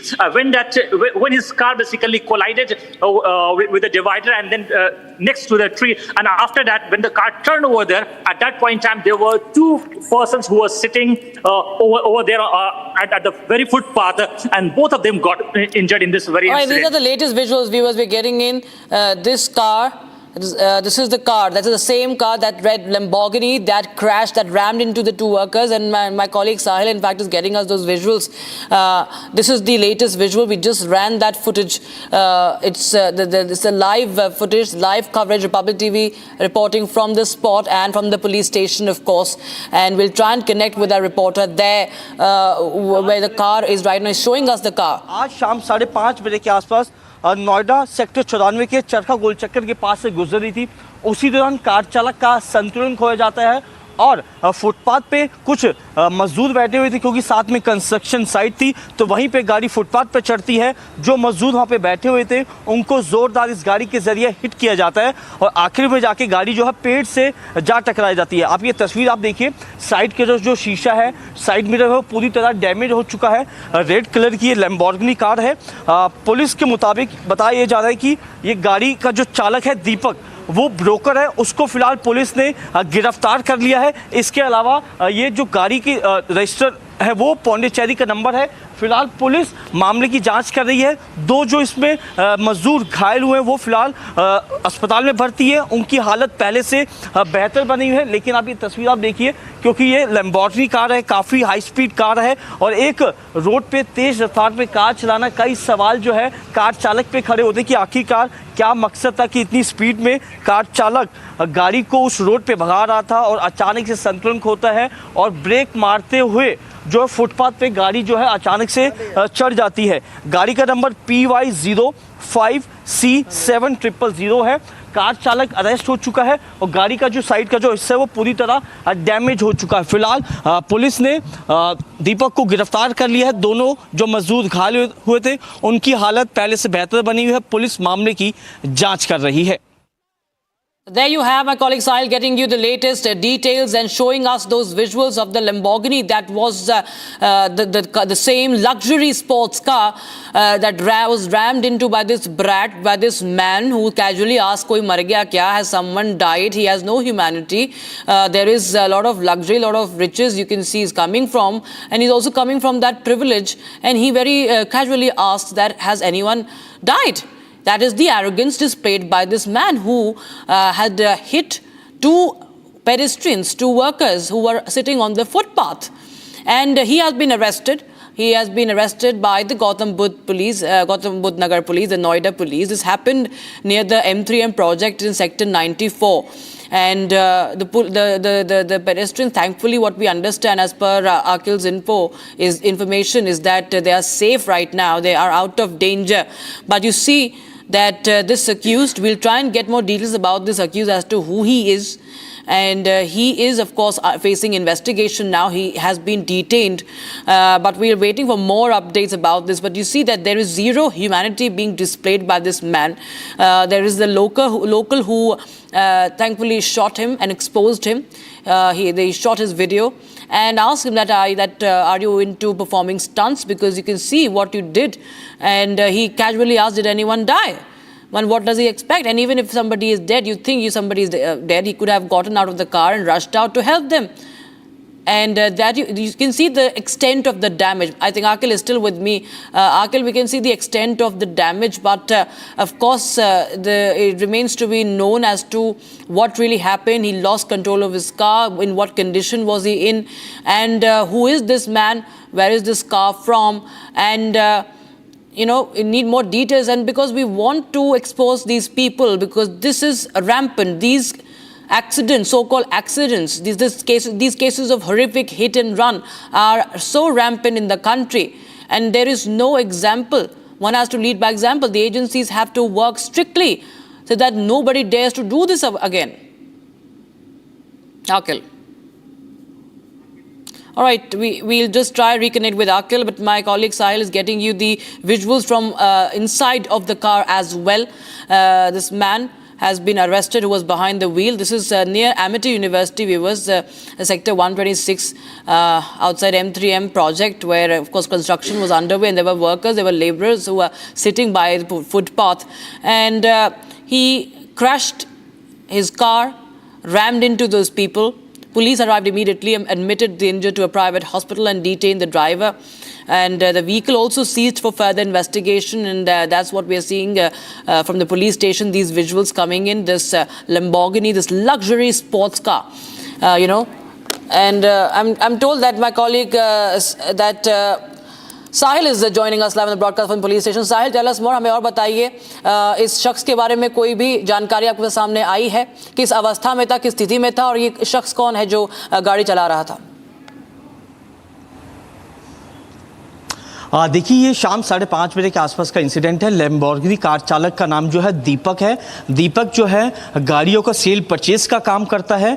आज शाम को वो चरखा चौराया Noida sector 94 के पास से गुजर रहा था। उसी दौरान उसकी गाड़ी के संतुलन होता है और फुटपाथ पर जो मजदूर बैठे हुए थे उनको जोरदार हिट कर देता है। दोनों लेबरों को जो है नजदीकी अस्पताल में एडमिट करा दिया है। उनकी जो सिचुएशन है पहले से बेटर बताई जा रही है और जो पुलिस के मुताबिक ये बताया जो गाड़ी का जो नंबर रजिस्टर्ड है वो पौंडीचेरी की गाड़ी है और जो साथी जो गाड़ी है वो मृदुल तिवारी नाम के शख्स के नाम रजिस्टर्ड बताई जा रही है। पुलिस का कहना है कि जिस दीपक को कार चालक को गिरफ्तार किया है उसको हॉस्पिटल भेजा गया, उसका मेडिकल जांच की जा रही है क्योंकि इससे पता चल पाएगा आखिर वो नशे में था या फिर वो नॉन अल्कोहलिक था, क्या वजह थी जो गाड़ी पे जो हिट हुआ अचानक से जो इंसिडेंट होता है। पुलिस मामले की जाँच कर रही है। शख्स की उम्र लगभग 22 साल बताई जा रही है। उसका ड्राइविंग लाइसेंस भी चेक किया जा रहा है। पुलिस का कहना है मामला जो है काफ़ी हाई प्रोफाइल है क्योंकि लैम्बोर्गिनी कार की स्पीड जो है काफ़ी ज़्यादा थी और इसी दौरान ये जो इंसिडेंट था वो देखने को मिलता है। और जिस जगह पे ये लेबर क्लास बैठे हुए थे वहाँ पे कंस्ट्रक्शन साइट है, 2 से ज़्यादा भी लेबर थे लेकिन 2 लेबर ही इसकी चपेट में आए हैं। पुलिस का कहना है कि मामले की तफ्तीश की जा रही, तफ्तीश के बाद ही तमाम जो जानकारी है वो मीडिया से साझा की जाएगी। जी as you can see, viewers, Sahil is telling us that a man is called Deepak who was behind the wheel. He has been taken for medical investigation to the hospital so as to check that was he inebriated and what state was he in. And this was a case, this was a car that is worth crores and crores, at least 3 to 4 crore rupees is the price of a Lamborghini. And that man rammed into 2 people. आपको कुछ जानकारी मिल रही है साहिल उन 2 लोगों के बारे में जो लेबरर्स हैं, क्या वो इस अवस्था में थे पुलिस से बात करने के? अभी वो किस स्थिति में है? क्या वो आउट ऑफ डेंजर है? देखिए पहले दोनों की पहचान हो चुकी है। दोनों का नाम रविदास और रंबू बताया जा रहा है।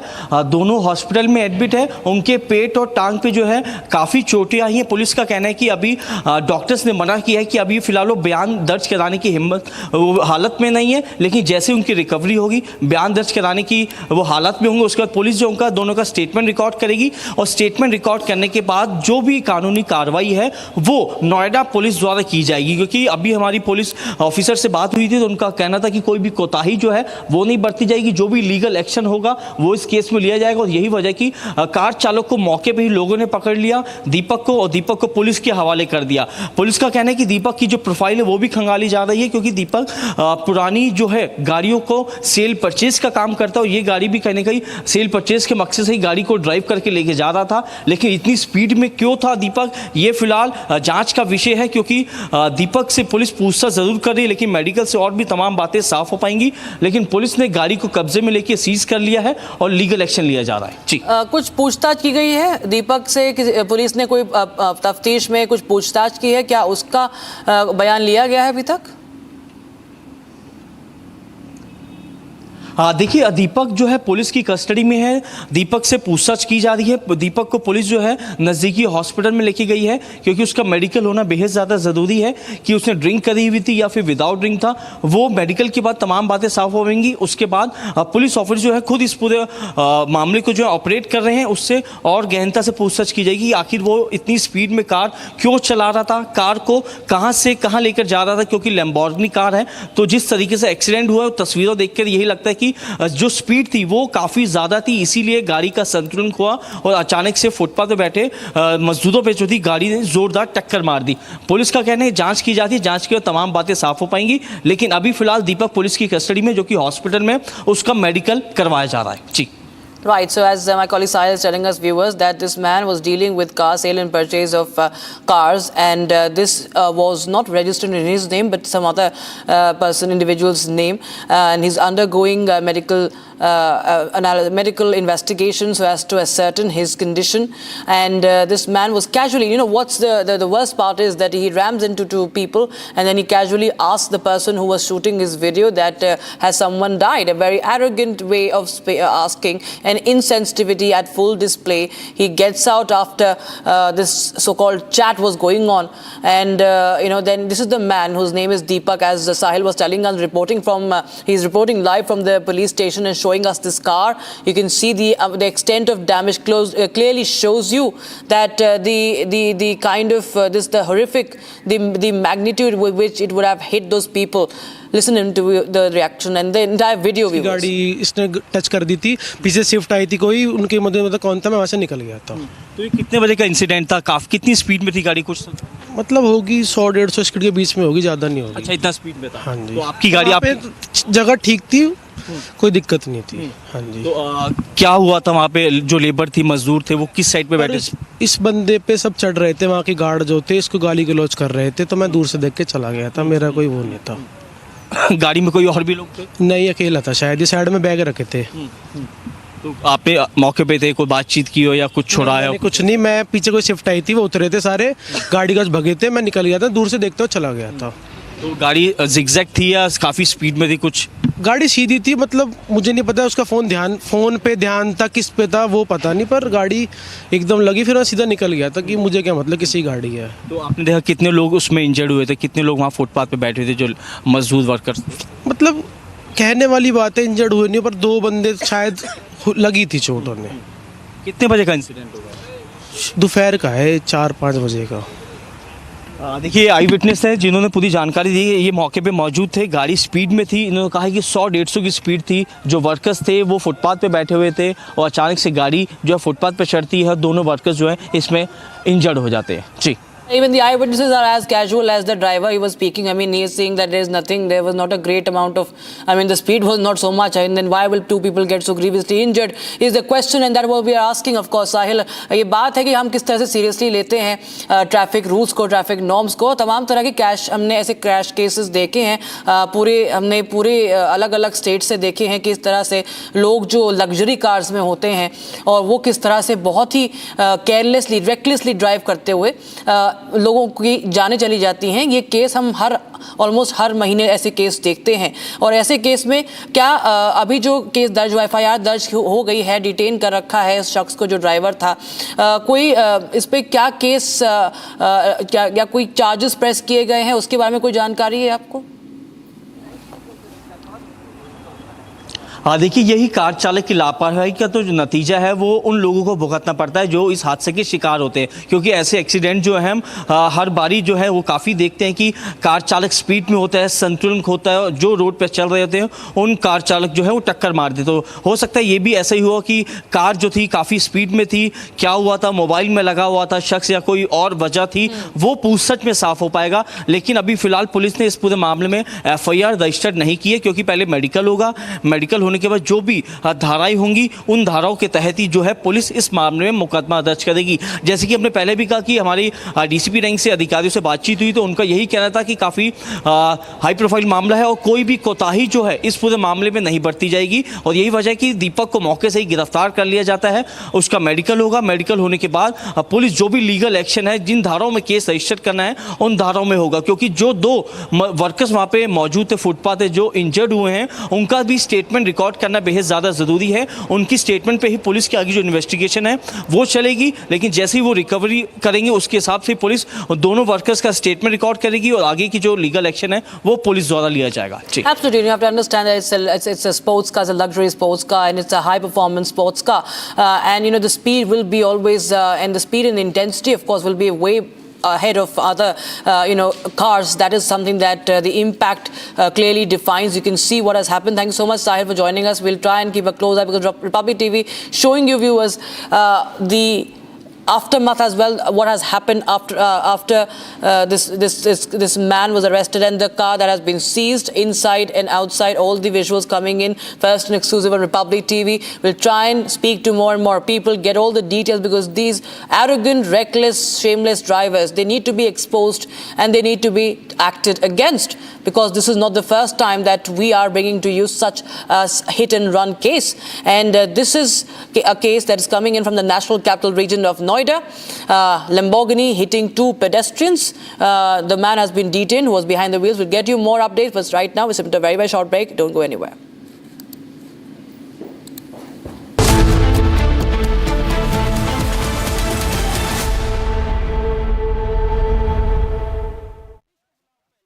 इसको घर पे लगाओगे तो शादी का तो पता नहीं, पर घर पक्का नहीं टूटेगा। रुंगटा नहीं तो घर स्ट्रॉन्ग नहीं। रुंगटा स्टील TMT बार एकदम सॉलिड। पहाड़ों में एक हाइकिंग शिप भी बन सकती है। माही sir, how much do you love your fans? Honestly, I love my new fans. पुराने वाले बेकार में शोर करते थे। सर फैंस है, शोर तो करेंगे ही ना। नए वाले नहीं करते। And they listen to what I say. नए orient fans, they are super silent with voice control. अच्छा वो वाले fans. I thought cricket fans. यार तुम अपने पॉडकास्ट के चक्कर में मुझे मरवाओगे क्या? The new generation Orient BLDC fans, super silent performance with voice control.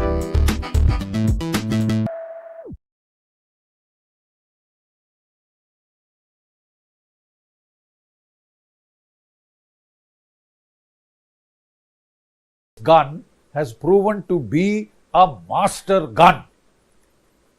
You know, it outclasses the American howitzer of 155 millimeter caliber, its equivalent gun in the United States Army. The American gun can fire up to 45 kilometers. The Indian ATAGS fires to 48 kilometers. The American gun can fire 3 rounds a minute. This gun can fire 5 rounds a minute. In the high altitudes, its ranges can go up to 60 kilometers because of the thin air. It has an all-electrical gun system. That means it doesn't rely on hydraulics with their fluids, you know, which in the high altitude, as we all know, they can freeze and they need, they're not as reliable as an all-electrical gun system. It is a great success story. But here comes the amazing fact. This gun was approved finally in 2011. By 2016, the first prototype was manufactured. The amazing fact is, it has taken us almost a decade to finally get this first class, wholly indigenous gun system into the Indian armed forces. It beats the imagination as to why that should have taken so long. When this gun was ready in 2016, why do we have to induct it now in 2025, almost 9 years after the gun was ready? The simple fact is that the Artillery Directorate, Directorate General of Artillery, somehow was trenchantly opposed to this gun systems. From Asia's largest news headquarters, setting the agenda for Bharat.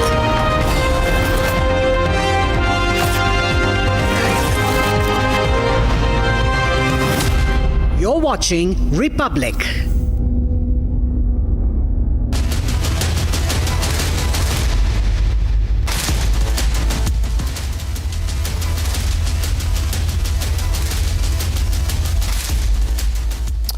Well, it's the Prime Minister's historic visit to the RSS headquarters. Once again, you have those who are peddling the conspiracy theories after the Lok Sabha elections that the ties between the Bharatiya Janata Party and the RSS needs a mend. It turns out that all of it has now fallen flat after the Prime Minister's visit to the RSS headquarters earlier today. Ladies and gentlemen, that's the burning question tonight. But up first, let's take you through the headlines we're tracking on this Sunday night.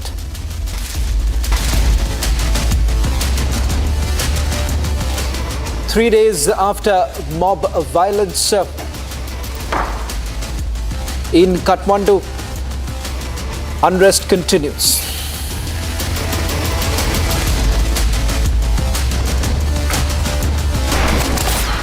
At least 1,600 people dead in Myanmar after the deadly earthquake. Operation Brahma in full swing as India sends humanitarian aid.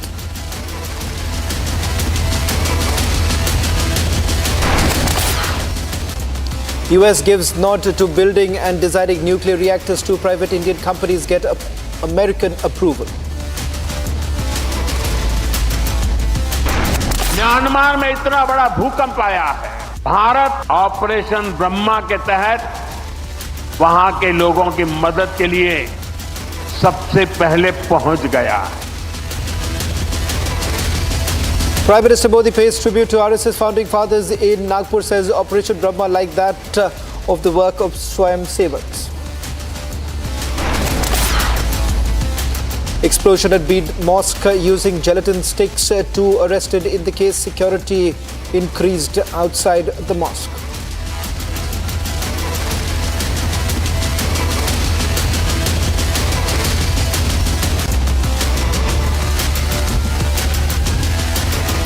Well, the Prime Minister visited the Sangh headquarters today, bearing all talks of a rift between the BJP and the RSS. While the BJP and the RSS has worked in tandem to script electoral victories in Haryana, Maharashtra and Delhi, the broader messaging behind the Prime Minister's visit and his brief personal engagement with Sangh Chief Mohan Bhagwat in Nagpur has already given the jitters to the opposition, because that, ladies and gentlemen, was one of the talking points after the Lok Sabha elections, with speculations doing the rounds that perhaps the BJP did not take RSS on board while the Lok Sabha elections were actually happening.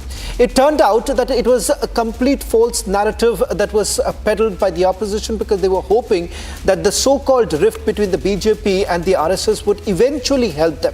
It turns out that egg was on their face, particularly after the results in Haryana and the spectacular result thereafter in Maharashtra, not to forget the elections that took place in the national capital, upsetting the Aam Aadmi Party. Ladies and gentlemen, with the Prime Minister becoming the first Indian Prime Minister to visit the RSS headquarters, it basically sends across a very strong message. And why exactly would the opposition really have a problem with the Prime Minister actually visiting the RSS headquarters, with some even going ahead and saying that the RSS chief perhaps should actually advise the Prime Minister to follow the Raj Dharma? That's the kind of messaging that has been done by the opposition parties. But remember, this narrative, does that really work for the opposition? And what exactly was the message that the Prime Minister was trying to send across? Tonight, that's the burning question. But first, take a look at this report.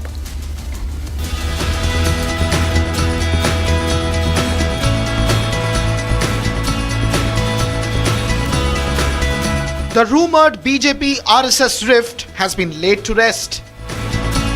In visuals likely to cause heartburn in the opposition camp, Prime Minister Modi visited Sangh's Nagpur headquarters earlier today. In a throwback to his Sangh years, the Prime Minister took a tour of the Smriti Mandir, paying floral tributes to the RSS founder and ideologue Keshav Baliram Hegdewar. Putting an end to all the conjecture around his ties with the Sangh chief, the Prime Minister was seen briefly engaging with Mohan Bhagwat in conversation. Speaking at an event later, Prime Minister Narendra Modi heaped praises on the RSS, invoking its dedication to service and his early years with the Sangh. लाखों करोड़ों स्वयंसेवक, इसकी टहनी, ये कोई साधारण वटवृक्ष नहीं, राष्ट्रीय स्वयंसेवक संघ भारत की अमर संस्कृति का आधुनिक अक्षय वट है। ये अक्षय वट आज भारतीय संस्कृति को, हमारे राष्ट्र की चेतना को निरंतर ऊर्जावान बना रहा है। The political messaging behind the Prime Minister's exchange of words with the Sangh chief clearly wasn't lost on the opposition. देखिए, आज तक इतने साल हो गए, अभी तक प्रधानमंत्री जी वहां गए नहीं थे। मैं समझता हूं कि बीजेपी को सबसे बड़ी सपोर्ट करने वाली आरएसएस है। मेरा ये निवेदन होगा प्रमुख आरएसएस साहब से कि आप जो है कम से कम एक सीख दीजिए, आप कहिए इनसे कि राजधर्म निभाओ इस देश में। मैं क्या देख सकता हूं, सबसे ज्यादा खुशी अगर कहीं मिलती है तो घर पहुंचकर खुशी मिलती है। अभी बयान जेपी नड्डा जी का चुनाव के पहले आया था कि अब उनको आरएसएस की जरूरत ही नहीं है, तो 240 आने के बाद 11 साल के बाद गए हैं Modi ji. Meanwhile, Maharashtra's Chief Minister Devendra Fadnavis praised the Prime Minister as a dedicated Swayam Sevak and a lifelong pracharak. देखिए, मोदी जी एक स्वयंसेवक है, वे प्रचारक रहे हैं, आज भी उनका जीवन एक प्रचारक जैसा ही जीवन है। इसलिए जब वो कार्यक्रम में आए तो उनके भाषण में वही उनका अनुभव, वही उनकी अनुभूति हमको देखने को मिली और हमको बहुत खुशी है कि एक स्वयंसेवक के रूप में हम भी उसमें उपस्थित थे। Union Minister Piyush Goyal also hailed the Sangh as an inspiration for dedicated public service and social work. As the BJP and the Sangh project cohesion and unity ahead of the Bihar Assembly elections later this year, is the opposition already feeling the jitters?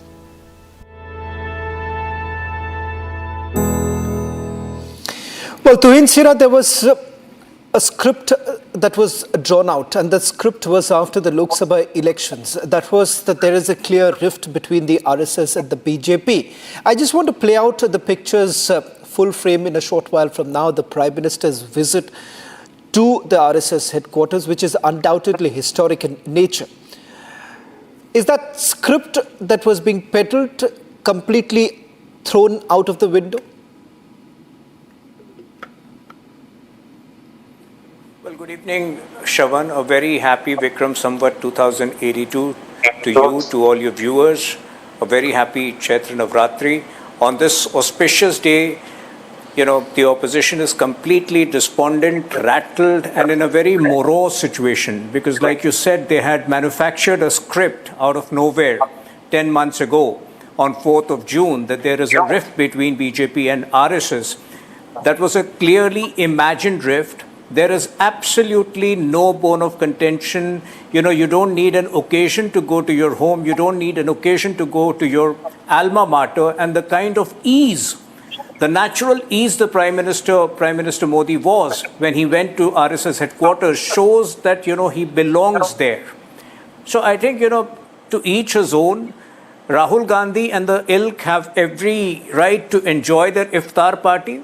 The Prime Minister has the right to visit RSS headquarters when he deems it right. Rahul Gandhi and the ilk have the right to go to the Babar's Maqbara in Afghanistan. We have the right to go to Mahakumbh. We have the right to go to the Ram temple as and when we want. So I think to each his own. I don't understand why the opposition is so rattled and they're making all kinds of gibberish statements about Prime Minister's visit. What Tuhin Sharma has to say, why exactly would the opposition be so bothered about the Prime Minister's visit to the RSS headquarters, with some, particularly the Congress allies, now coming out and saying that, look here, perhaps the RSS chief should be advising the Prime Minister to follow Raj Dharma?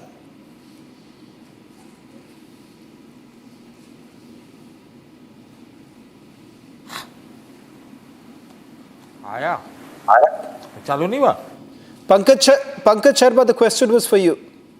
Okay. See, those who are trying to portray Prime Minister's visit to RSS headquarters as the symbol of conclusive harmony between Mohan Bhagwat-ji and Narendra Bhai Modi are either really naive or indeed cunning.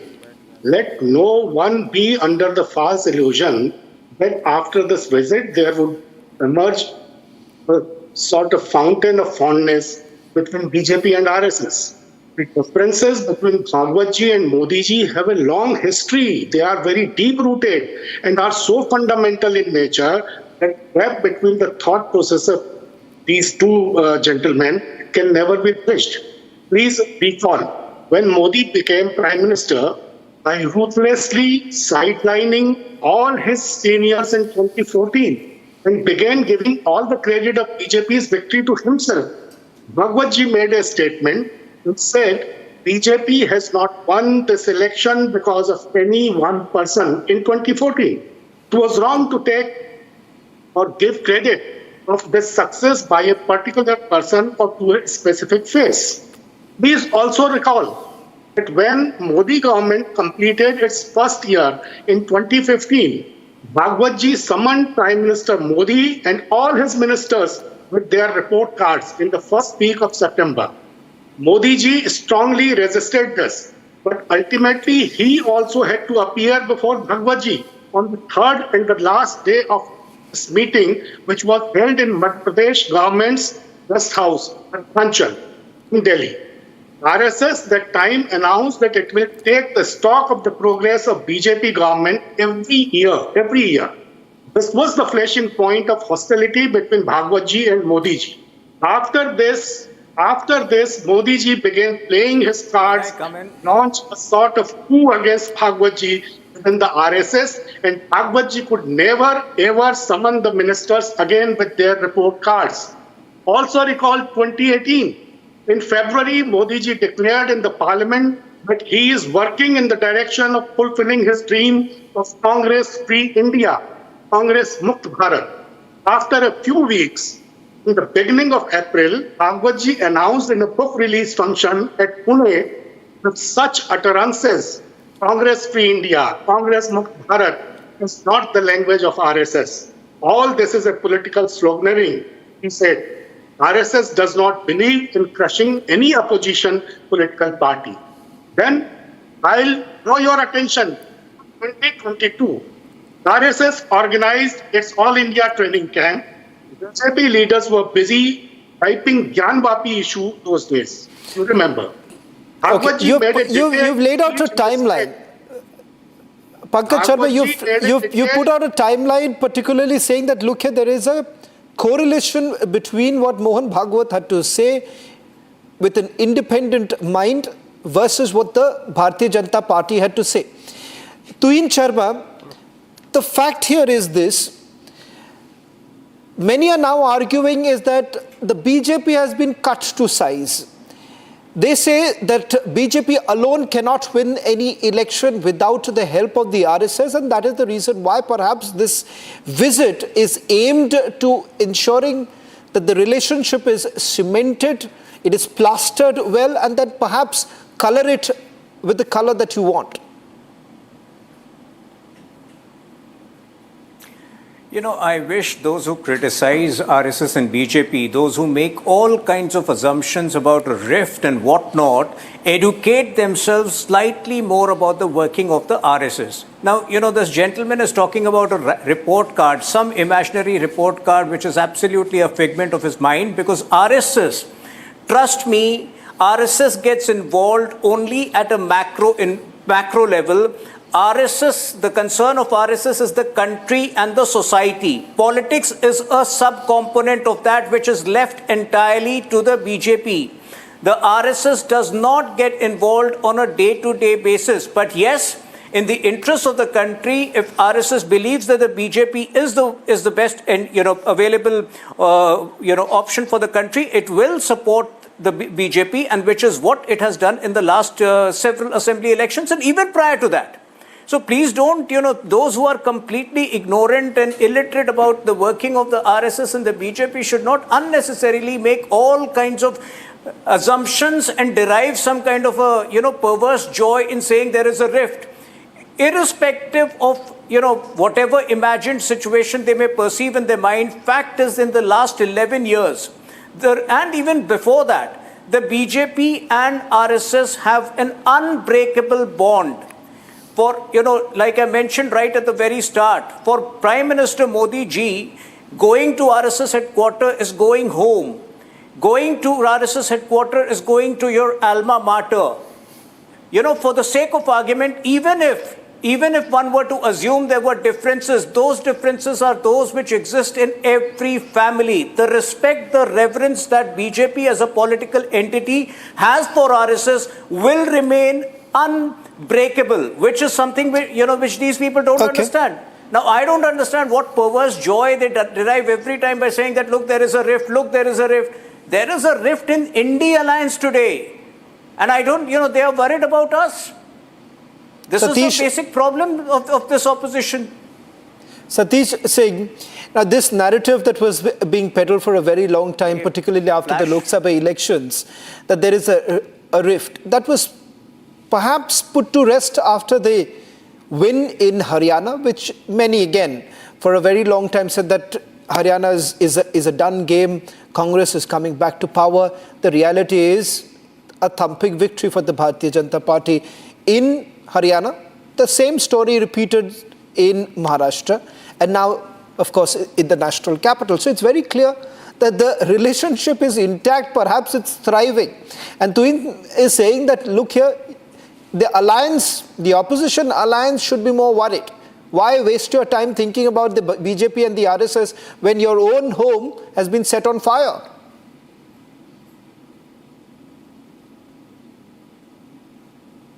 Hello, can you hear me? Yes, Satiji. Did you hear my question? Yeah. I could. I just hear me out. You see, who sowed the seed of discord being called out? It was J.P. Nadda's comment, and after that, some utterances by Mohan Bhagwat after the Lok Sabha elections made a lot of noise, like calling it Pratipaksh. Then he didn't agree with this Bhagwan thesis, and etc. So, I do agree with your this thing that yes, MDH, I call it MDH success. Maharashtra, Delhi, Haryana success. Yes, RSS worked on the ground. There is no doubt. And back channel diplomacy must have worked, back channel communications. And that's why I think RSS got into action.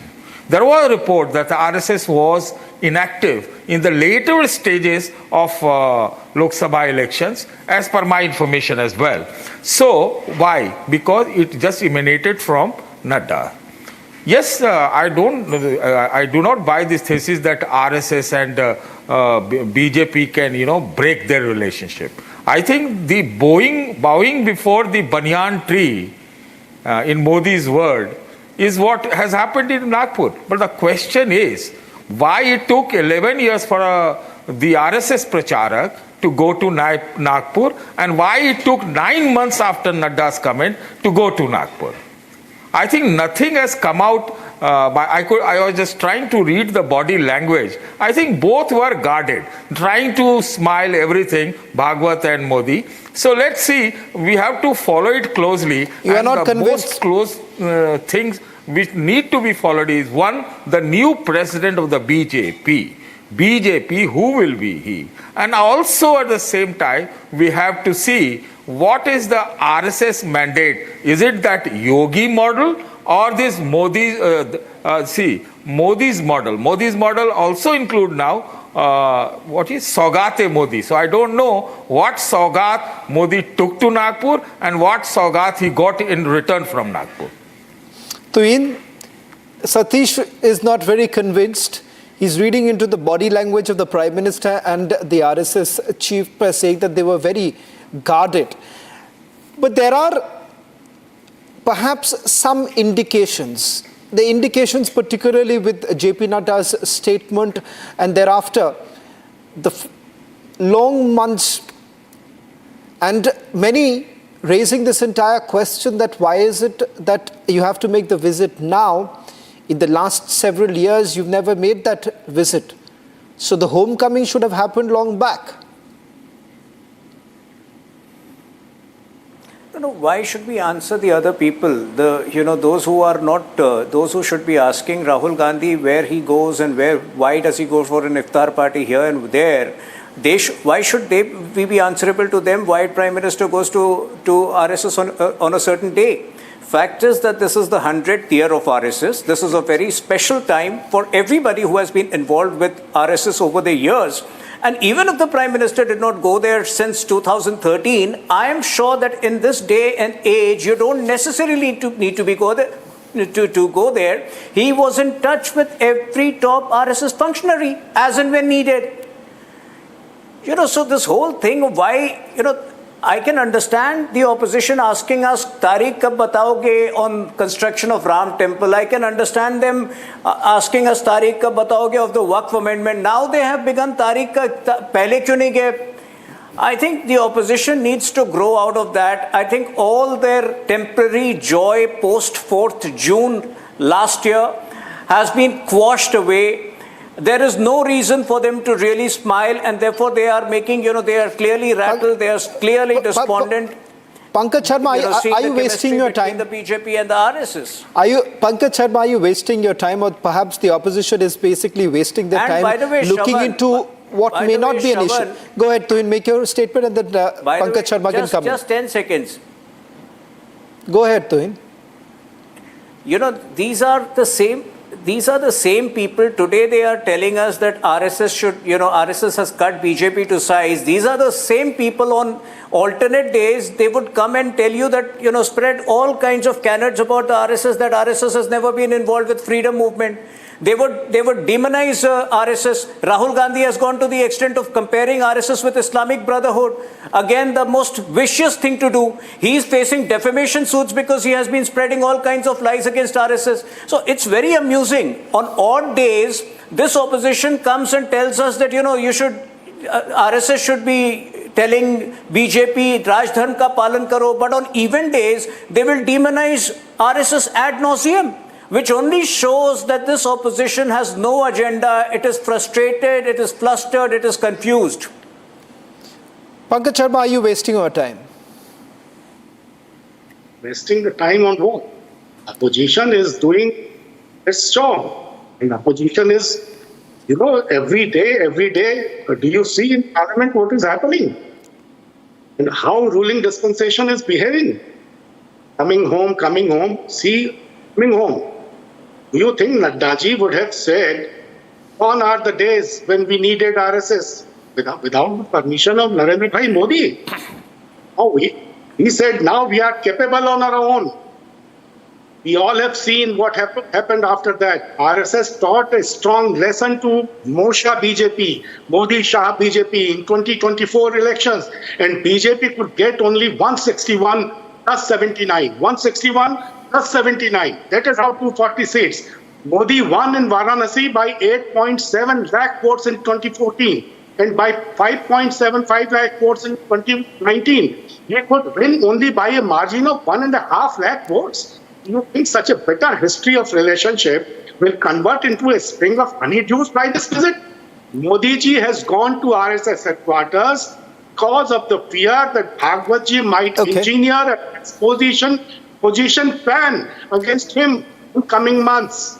Satish, 5 months from now, he would be 75 years old. And he's the one who created the Margdarshan Mandal in BJP. So you have gone a step for the Margdarshan Mandal. So this Satish, is fear which took him to Nagpur headquarters. Satish, I want you to just make your point and then I'll put together to Tuhin.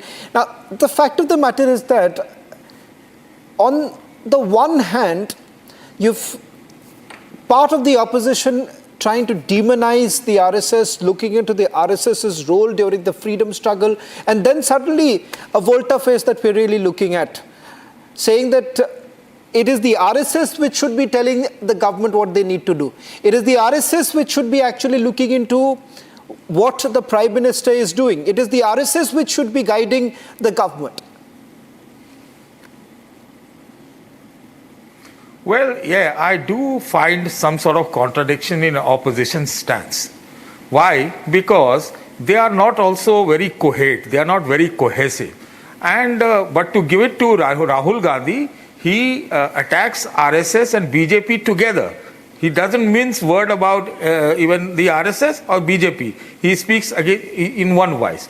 The problem here is that the incoherent opposition, they are maybe somewhat frustrated also because of the lack of unity. So they are just trying to look for some hope within that Sangh Parivar, and it is the Sangh Parivar within itself that gave them that hope after this Bhagwat's statement one after another. So that is there. And second, as I said in the beginning, that it was JP Nadda who declared BJP to be independent. Now this is established. That yes, BJP is a part of the banyan tree because the larger than life Modi goes to Nagpur and goes at every possible places to seek their blessings. Let me now take the final comment from Piyush, from Tuhin, I beg your pardon. Tuhin, you've heard what Satish as well as Pankaj had to say, that while Satish said it's not cohesive, the argument put forth by the opposition, but at the same time hitting out by simply saying that Rahul Gandhi is very clear about where he stands.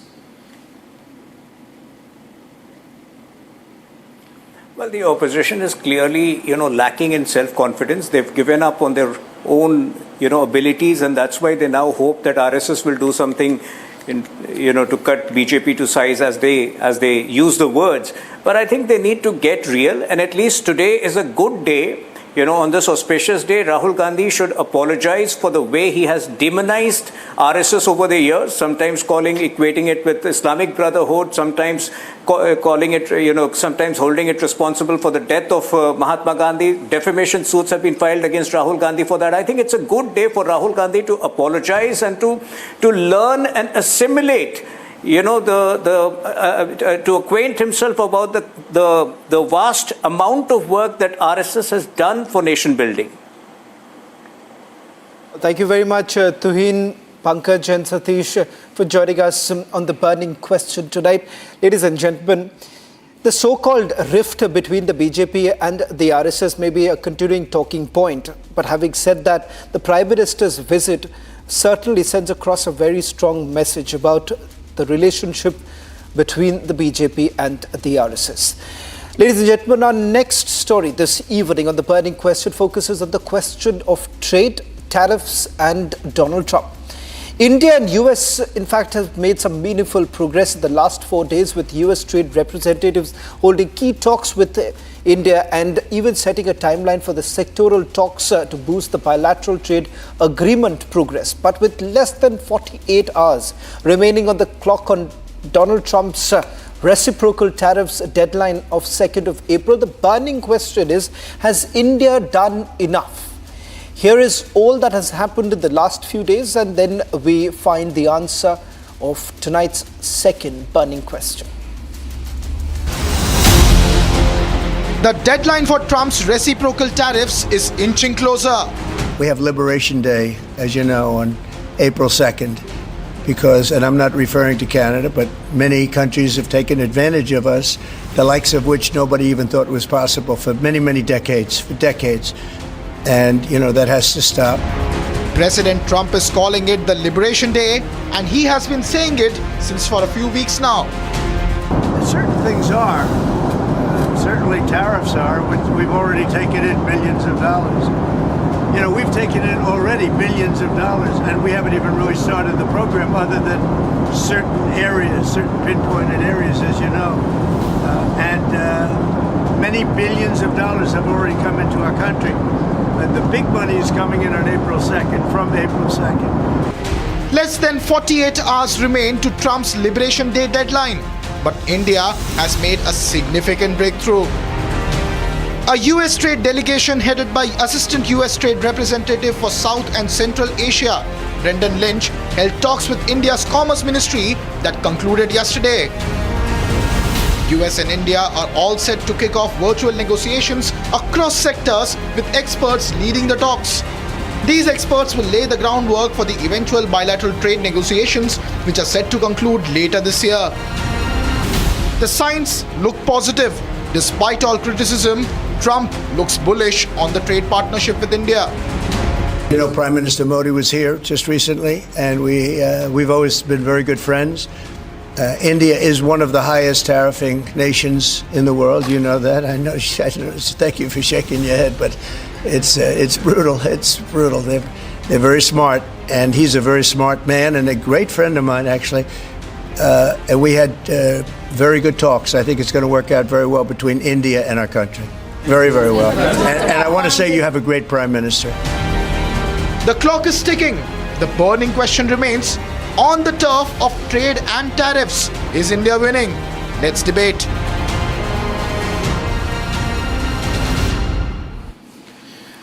Starting the burning question tonight with Sushant Sareen. Sushant, I want your opening remarks on this, because many would say that while we have all argued about a free market, today you have the Americans telling us that we need to protect ourselves, and that is the reason why reciprocal tariffs should be brought in, and it's a fair game.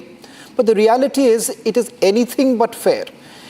The world is interconnected, and the market at some point in time is going to have a ripple effect because of the reciprocal tariffs. Let's be very clear that it does not serve any purpose. I think, look, there is a certain case that the Americans can make that they have been far more liberal on the tariff regime than many other countries in the world. And that's a case they can certainly make. The problem, however, is that if Donald Trump thinks that simply by imposing tariffs on other countries, manufacturing will come back to the United States, I think that's going to be a bit of an ask. I don't think that's going to happen. Yes, maybe in the short run, there will be some bumping up of, they'll collect much more customs revenue and stuff like that. But I really don't think that the American industry will suddenly come back and start manufacturing in the United States in a big way. And it's not going to happen overnight or even within the next couple of months. I'm quite skeptical about it. Secondly, I think from an Indian point of view, there is a case for India to reduce the kind of protectionist tariffs that we have put in. Look, at one level, I think it's only breeding inefficiency in Indian industry. Indian industry, in a lot of cases, is behind these high tariff walls and, is continuing to dish out the same old stuff they've been always dishing out. There is no real innovation taking place in most cases. There is no research and development really taking place. And if you ask Indian industrialists, they make all kinds of excuses why R&D is not taking place in India. So what are we basically doing? Our manufacturing at one level is trading by another name. But to be fair to the Indian industry, if you want the Indian industry to be competitive and you want to reduce the protection, the tariff walls that you have built around India, then you also have to dismantle the inspector Raj that is put on the Indian industry. You cannot be hobbling Indian industry with every 2-bit penny inspector going and extorting money from industrialists and from the productive elements of Indian business, and then expect that Indian business is going to be competitive. It's not going to happen. So I think you cannot be doling out freebies and making transaction costs very expensive for Indian business, hobbling them with poor infrastructure and then expect that Indian industry is going to be extremely efficient and will be competitive. So I think this is a wake-up call. I think we should thank Donald Trump for maybe pushing us into doing something that we've always been reluctant to do. But I really also think that the bureaucracy in the Commerce Ministry needs to wake up and smell the coffee. If you are going to be trying to protect every 2-bit interest group out here, every, Sadar Bazaar or some other market shopkeeper out here, I'm afraid you're losing the plot. So I really think this is a wake-up call. We really need to rethink our economic policies and our trade policies. And to that extent, I'm ready to look at whatever Trump tariffs are going to be imposed. I'm ready to look at it in a somewhat more counterintuitive manner than how most people would look at it, which is a very mercantilist approach, which is exactly the kind of approach which Donald Trump himself has. He has a very mercantilist approach. Now, again, and I'll just end with this. Look, to expect that you are going to get a balanced trade with every country in the world, then you are a dinosaur. It's not going to happen. In the modern globalized economy, you will run deficits against some countries as long as those deficits are not predatory deficits like happens in the case of China. I think those are perfectly valid because you will then run surpluses in some other sectors and with some other countries. I think the Americans need to wake up to that reality. If they think they will only have balanced trade with every country, you are not going to get that.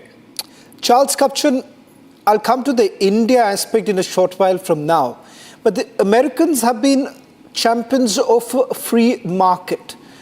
Today, when I started this entire program, I started by saying that we had started by arguing for a globalized world. What Americans are essentially trying to do is only going to limit them and their industries over a period of time. And look at the responses that have come in from the kind of statements that have been made by President Trump, particularly about tariffs being imposed in Canada, tariff being imposed in Mexico, and the kind of ripple effect it has had. So somewhere down the line, if not now, it is going to hurt the Americans. Yeah, I mean, if the question is, has the United States writ large benefited from the post-World War II liberal economic order, the answer is yes. The U.S. economy has been growing by leaps and bounds. Many companies have vantaged very much by the gradual liberalization of trade that has taken place since World War II. But there are many Americans who have been disadvantaged. Many Americans who have seen their quality of life and their living standards decline for the better part of the last 2-3 decades, mainly because of automation, partly because of free trade. And Trump is attempting to say to those workers who feel left behind by globalization, I hear you, I have your back, I'm going to fix the problem.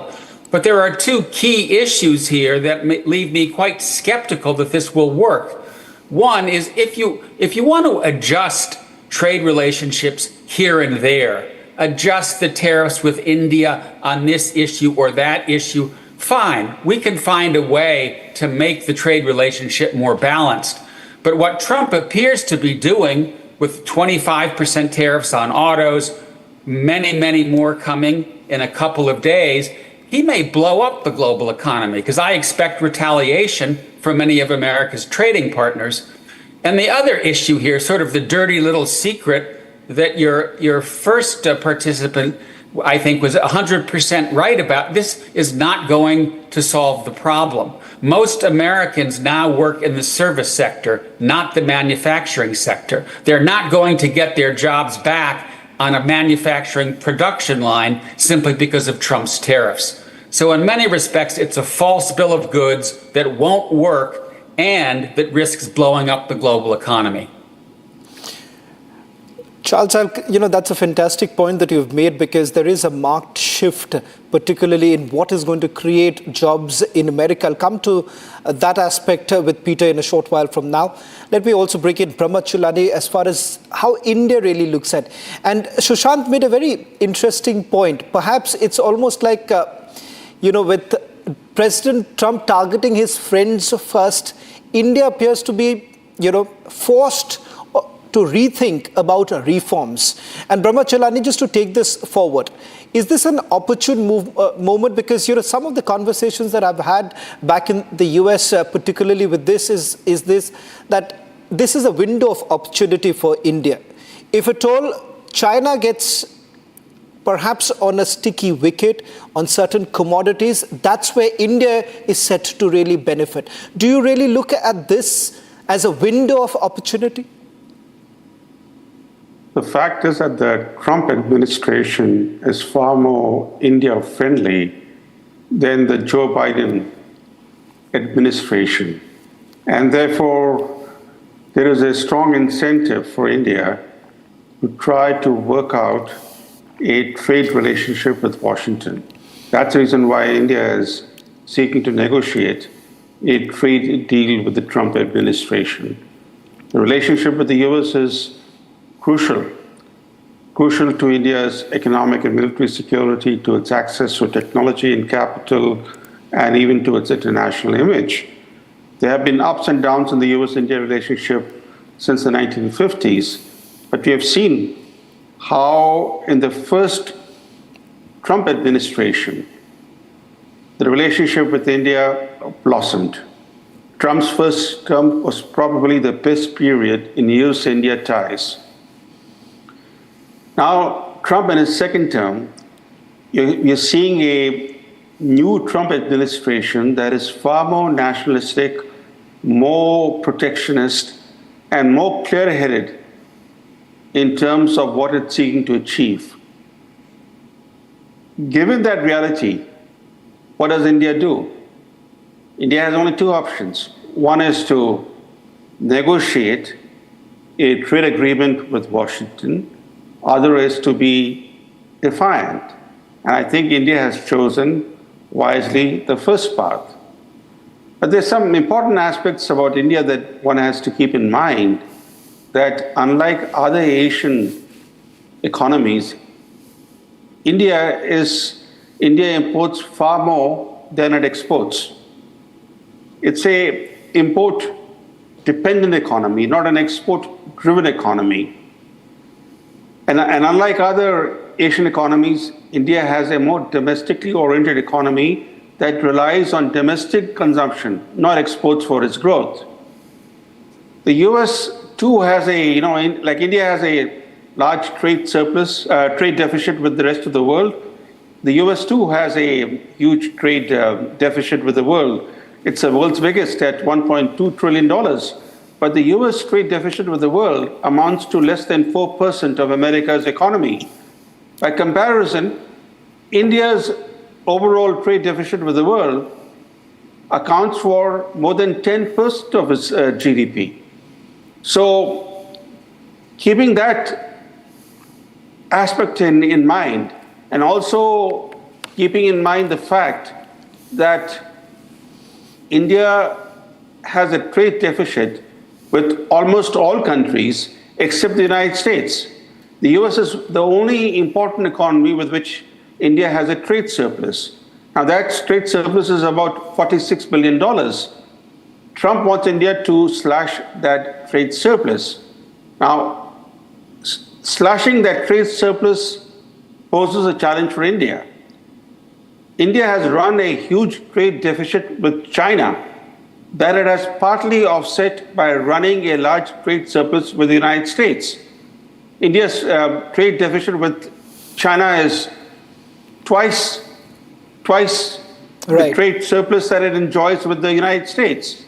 So what Trump is doing is going to force India to reevaluate its trade relationship with China, including imposing tariffs on imports from China. Okay, so that's an interesting bit that I'll take it forward with Surinder. But Surinder, before I bring you in, let me once again go back to Peter.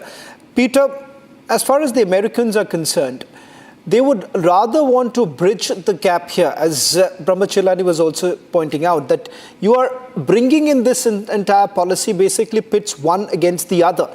And it isn't really healthy for the market. And we have seen the kind of response, the tizzy that the market has gone into, particularly in the US, with the kind of announcements that the president has made. Is there a long-term goal, or is this just perhaps aimed at the MAGA supporters?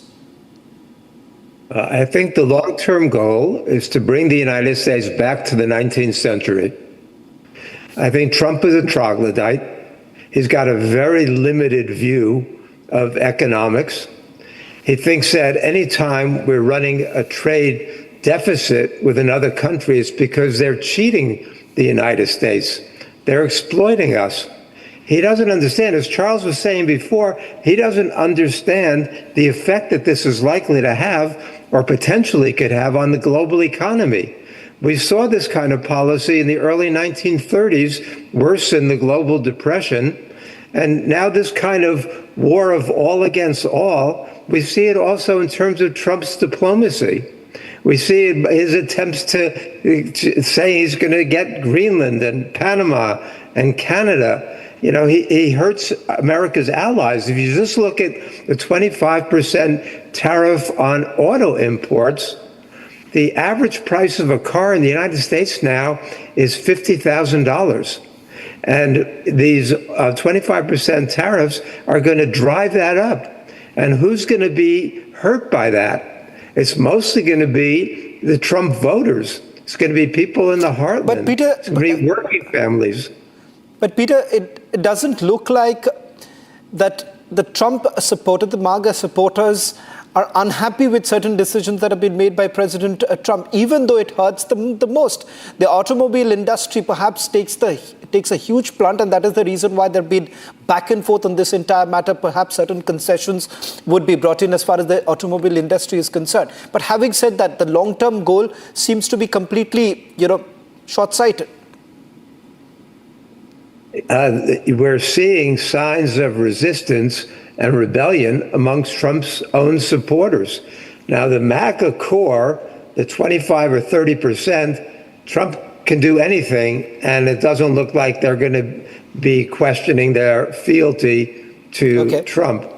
But you've got a large swath of Americans who thought that they were voting for lowering egg prices, and what they're getting instead is inflation.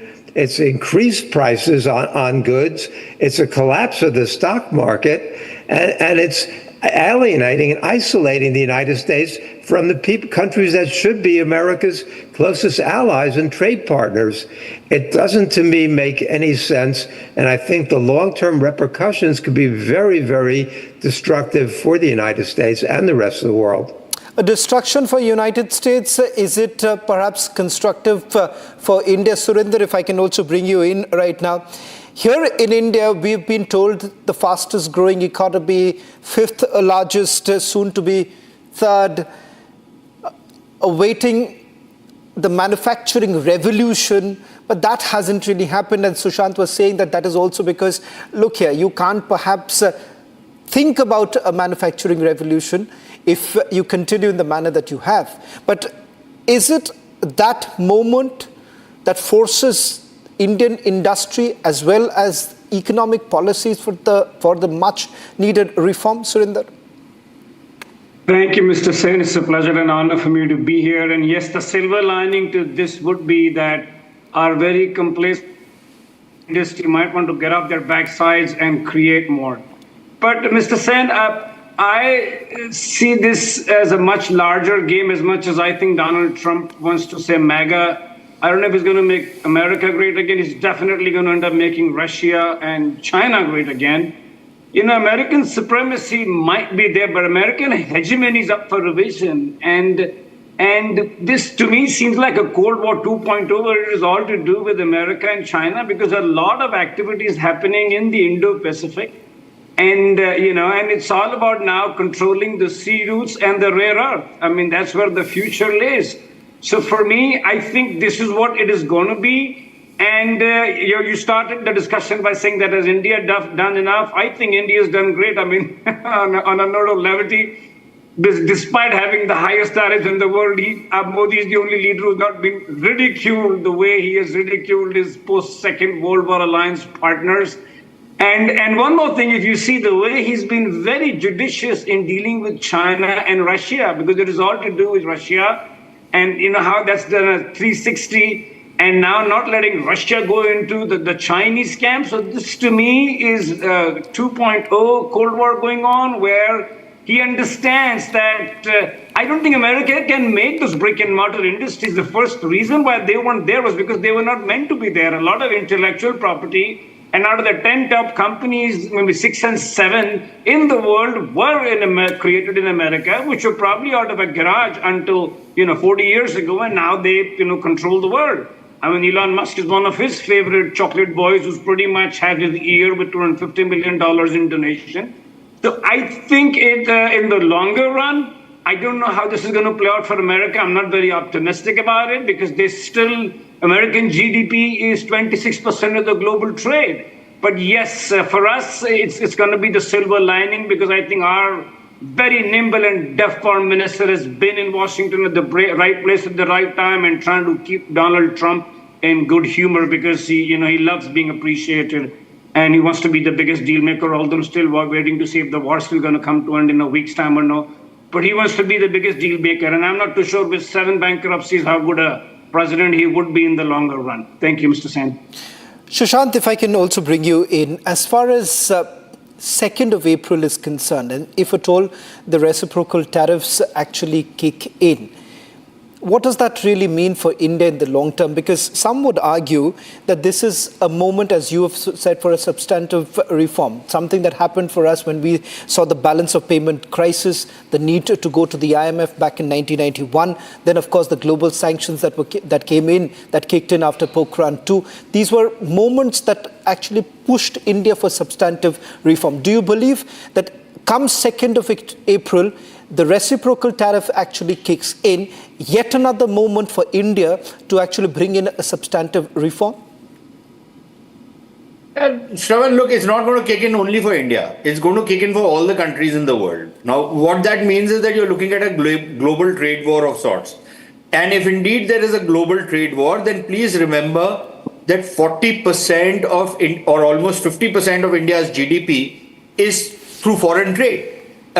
Around the 1990s and even a little later, only about 10 or 11% of India's GDP used to come from foreign trade. Today it's 45 or 50%. I don't have the exact number with me. So you can imagine if there's a global trade war, it'll have a ruinous impact on India's GDP, right? That is one part of it. The second part of it is a much more localized kind of a phenomena. Which are the industries which are going to take a bit of a fall because of these reciprocal tariffs? Now, for example, if the Americans were to put 100, whatever is the duty, 25% tariff on Indian-made foreign liquor, as we call it, it's not going to have any impact because that is consumed only in India, right? But listen, shouldn't we ask our Commerce Ministry babus? Now, Mr. Singh is really lauding the Commerce Minister and the Commerce Ministry babus and, this entire babudam that we have created. Shouldn't we be asking them, on what basis were you putting 150% duties, for example, on American whiskey? Nobody drinks American whiskey in India. Maybe a few people. Maybe 10,000 people drink American whiskey. How much American whiskey will sell in India? We have, and Mr. Singh and I'm sure he also relishes Scotch as much as I do. We are into Scotch whiskey. We're not into American whiskey, right? Now, don't the people in the Indian bureaucracy ever think how many Harley Davidsons would they have sold in India? Would they have replaced Hero MotoCorp, which makes utility bikes and pretty good ones at that? Would they have replaced them if Harley Davidson duties were not as high as they were? Do we not think what kind of a trade regime we are setting up in India?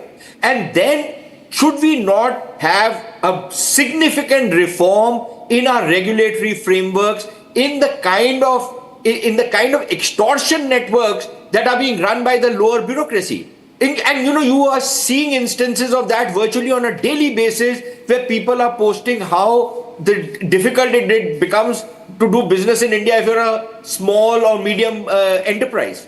It becomes impossible to do business of India because every third day some inspector is coming, and even if you're following all the rules and regulations, there is somebody coming and taking a bribe from you. And then just to maintain all the kind of regulatory frameworks that you have to be, you have to stick to, it's a full-time job. Just look at what is the hash we have made with the GST regime, right? If you are sitting in one particular place, you will pay 5% GST. If you are sitting in another place, you will pay 12%. In a third place, in the same building.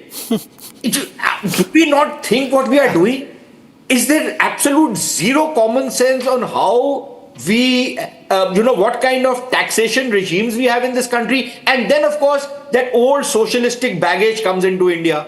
That Mercedes cars should also be taxed at 40% or 28% or 38%, whatever obscene percentage we charge. And a small car should be charged at 12%. Why?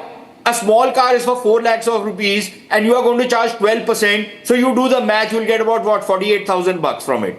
A Mercedes is for 50 lakhs of rupees. You will charge 12%. So do you do the math, what you will get from it? What is this baggage that we keep carrying with us? What is it that we don't understand about the modern economic world that we are not ready to reform and put in place those reform measures that will actually unleash the productive energies of Indian businessmen, about whom incidentally it is said that an Indian businessman can buy from a Scotsman and sell to a Jew and still make a profit. And yet we have stifled this talent of the Indian businessman to a point where, we are not even growing as fast as we should. And we are letting the Chinese get away with it. And they are innovating like crazy. They're developing new technologies like crazy. And what are we doing? So I think we need to get real about how to improve the economic picture in this country. Otherwise, we'll be there. We'll become, because of our population, because of just the natural growth rate that we'll have. Yes, we'll become the largest economy in the next 5-6 years. Big deal. Well, thank you very much, Sushant. I think so. Perhaps that's an interesting way of putting across what we have been fighting for a very long time. And more importantly, is this the economic evolution that we are really looking forward to? Sushant, thank you very much. But I'll just take one final word from Charles. Charles, you've heard what our friends here in India have to say, because many are really looking at this entire talk from Washington, D.C., pushing India to evolve from what we have been fighting. The tariff regime, and many would say the ludicrous tariffs that India has put across on various sectors. One final comment from you, Charles, with regards to perhaps there is a silver lining. Yeah, I mean, we don't know what's going to unfold in the next few weeks. We could be on the edge of a cliff, and we are in a global trade war before we know it. The silver lining in my mind is two things. Number one, I think Trump himself is much more transactional than he is ideological. He may be willing to make a deal in ways that some of his advisors would not. And as a consequence, I think if the governments of India and Mexico and Canada and the EU get in there, negotiate and cut a deal, we may be able to avert the kind of trade war that may loom out there. And the second point, and Peter referenced this, I think that Trump is going to see his domestic support wane considerably. A lot of Americans may not be paying a lot of attention to the closure of AID, but when they go to the store and they see prices go up 25%, they sure as hell are going to pay a lot of attention. And we do have midterms coming up in a year and a half at this point. And so it may be that for domestic reasons, Trump moderates his position on tariffs. That, to me, is the best case scenario at a moment when we could see a very dark outcome or a less dark outcome. Gentlemen, thank you very much for joining us on the burning question tonight. Perhaps it puts to rest some of the questions that is looming large on this entire issue. Thank you very much for joining us. That's all that we could pack in this edition of The Burning Question. On the other side, coming up, the big story from the national capital.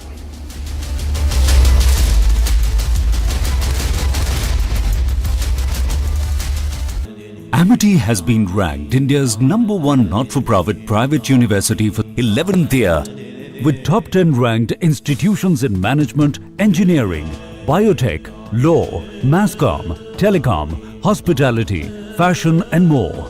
Yet another top ranking for Amity University. Mahi sir, how much do you love your fans? Honestly, I love my new fans. पुराने वाले बेकार में शोर करते थे. Sir fans हैं, शोर तो करेंगे ही ना. नए वाले नहीं करते. And they listen to what I say. नए Orient fans. They are super silent with voice control. अच्छा वो वाले fans. I thought Cricket fans. यार तुम अपने podcast के चक्कर में मुझे मरवाओगे क्या? The new generation Orient BLDC fans. Super silent performance with voice control. Why are we concerned? I mean, in ideal scenario, we had all the time, okay, design a new gun, field a new gun, do trials, etc. and all that, take another 5-10 years. We don't have 5-10 years. Why? Let me be quite blunt and straightforward.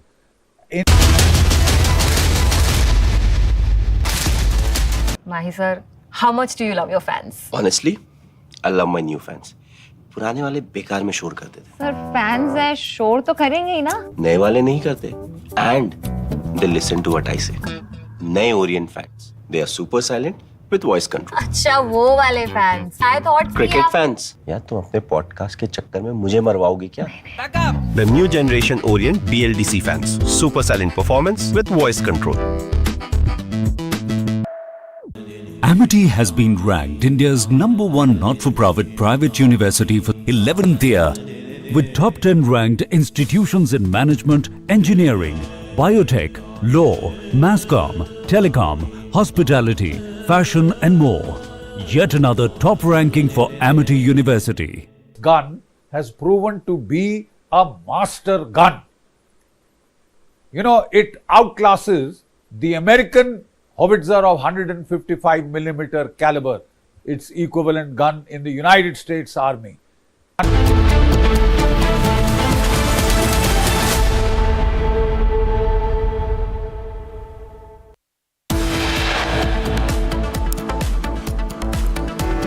Three days after mob violence in Nepalese capital of Kathmandu, government detains the pro-monarchy protesters, several RPP leaders under house arrest.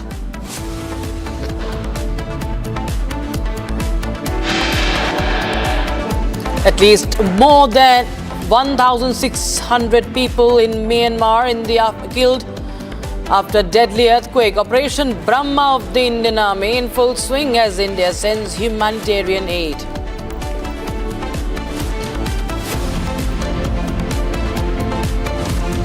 US gives nod to building and designing nuclear reactors. 2 private Indian companies get American approval.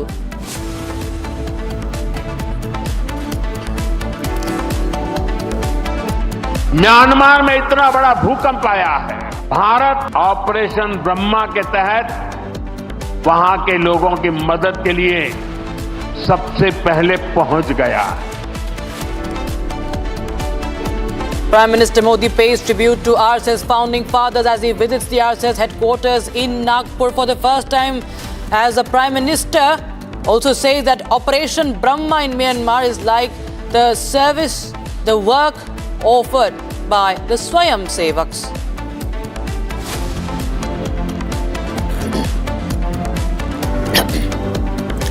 Explosion at Bihar Mosque using gelatin sticks. 2 arrested in the case. Security beefed up outside mosque.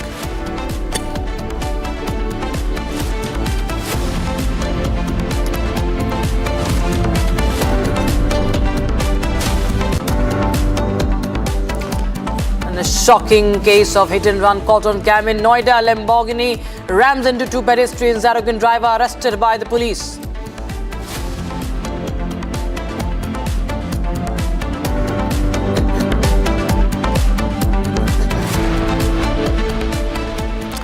A very warm welcome, viewers. You're watching Republic TV and I'm Rakshita Mishra with you. We start with the Noida hit-and-run case where the accused driver has now been arrested by the Gautam Budh Nagar police and further investigation into the case is underway. Now, the individual in question has been identified as Deepak. The accused driver has been arrested in the case and he has undergone medical investigation at a hospital as well.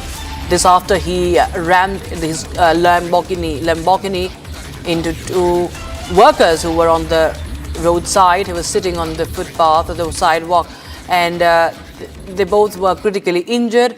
What we understand is that they are out of danger now. But you see this video that we're going to play out, viewers. This video will show the arrogance of this man. Before that, we'll just get across to my colleague Akil, who's tracking every detail of this story. So the accused driver has been arrested. Investigations is underway. Akil, what more are we learning about this man?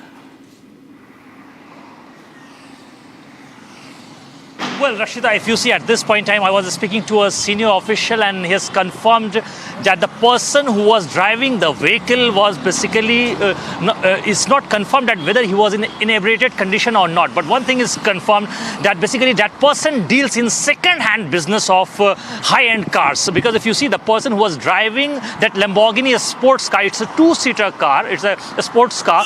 So at that point in time, while he was driving, it was a very high speed. But what was the actual speed of that car? It is not yet confirmed by the Gautam Budh Nagar police. But one thing is for sure that Gautam Budh Nagar police has seized the vehicle. Right now you can see behind me the visuals of police station. Right now we are standing at sector 126 police station of Noida.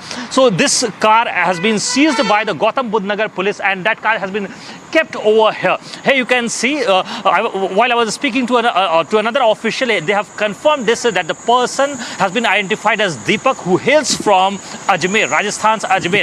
And he is not the owner, actual owner of the car. The owner of the car has been identified as Mr. Mirdul. So at this point in time, the Noida police team is investigating the entire matter. But second part of the story, if you see the victim, there are 2 victims in this case. Both of them have got leg injuries and their legs got fractured when that incident took place because the car was at a very high speed when that incident took place. So both of them were rushed to a nearby hospital, and here you can see there were 4 to 5 laborers who were just sitting at the footpath when that very incident took place, and you can see the brazen attitude of that driver who was recklessly driving that Lamborghini at that point in time, while pedestrians over there have asked that why can't you see that at the speed with which you are driving. Here you can see that at that point in time his speed was very high, but actually if you see the speed, the actual speed of that car has not been notified by the Gautam Budh Nagar police. They are investigating the matter. They are saying that it's at a very preliminary stage, but if you see, an FIR has already been registered in connection with the case. Back to you, Rakshita, in the studio. We'll just try and play out that video again, because what happened was this red Lamborghini sports car had hit 2 pedestrians on a footpath adjacent to an under construction complex in sector 94. In this video, viewers, you'll just see a man, a local, who was asking the driver of the sports car, have you learned a lot of stunts or what? And do you know how many people have died here? And the driver driver then asked that, did anyone die? Koi mar gaya? In a very arrogant and a rude way, very insensitive display that is being made on camera by this man who was behind the wheel. Viewers, just take a look.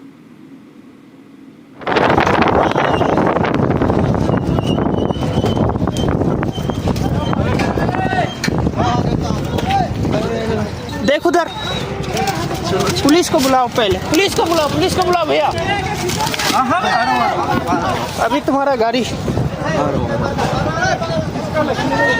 किसका लग गई? कुछ भैया, police को बुलाओ। भाग नहीं पाई। अरे रेस मारती गाड़ी। रेस तुम कितना है? अरे लेटर देते हुए आ रहे हो। हल्का सा दिए हो।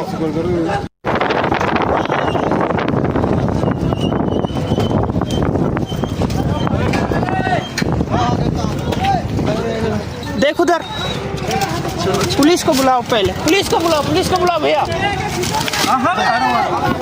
अभी तुम्हारा गाड़ी किसका लग गई? कुछ भैया, पुलिस को बुलाओ। भाग नहीं पाई। अरे रेस मारती गाड़ी। रेस तुम कितना है? अरे लेटर देते हुए आ रहे हो। हल्का सा दिए हो।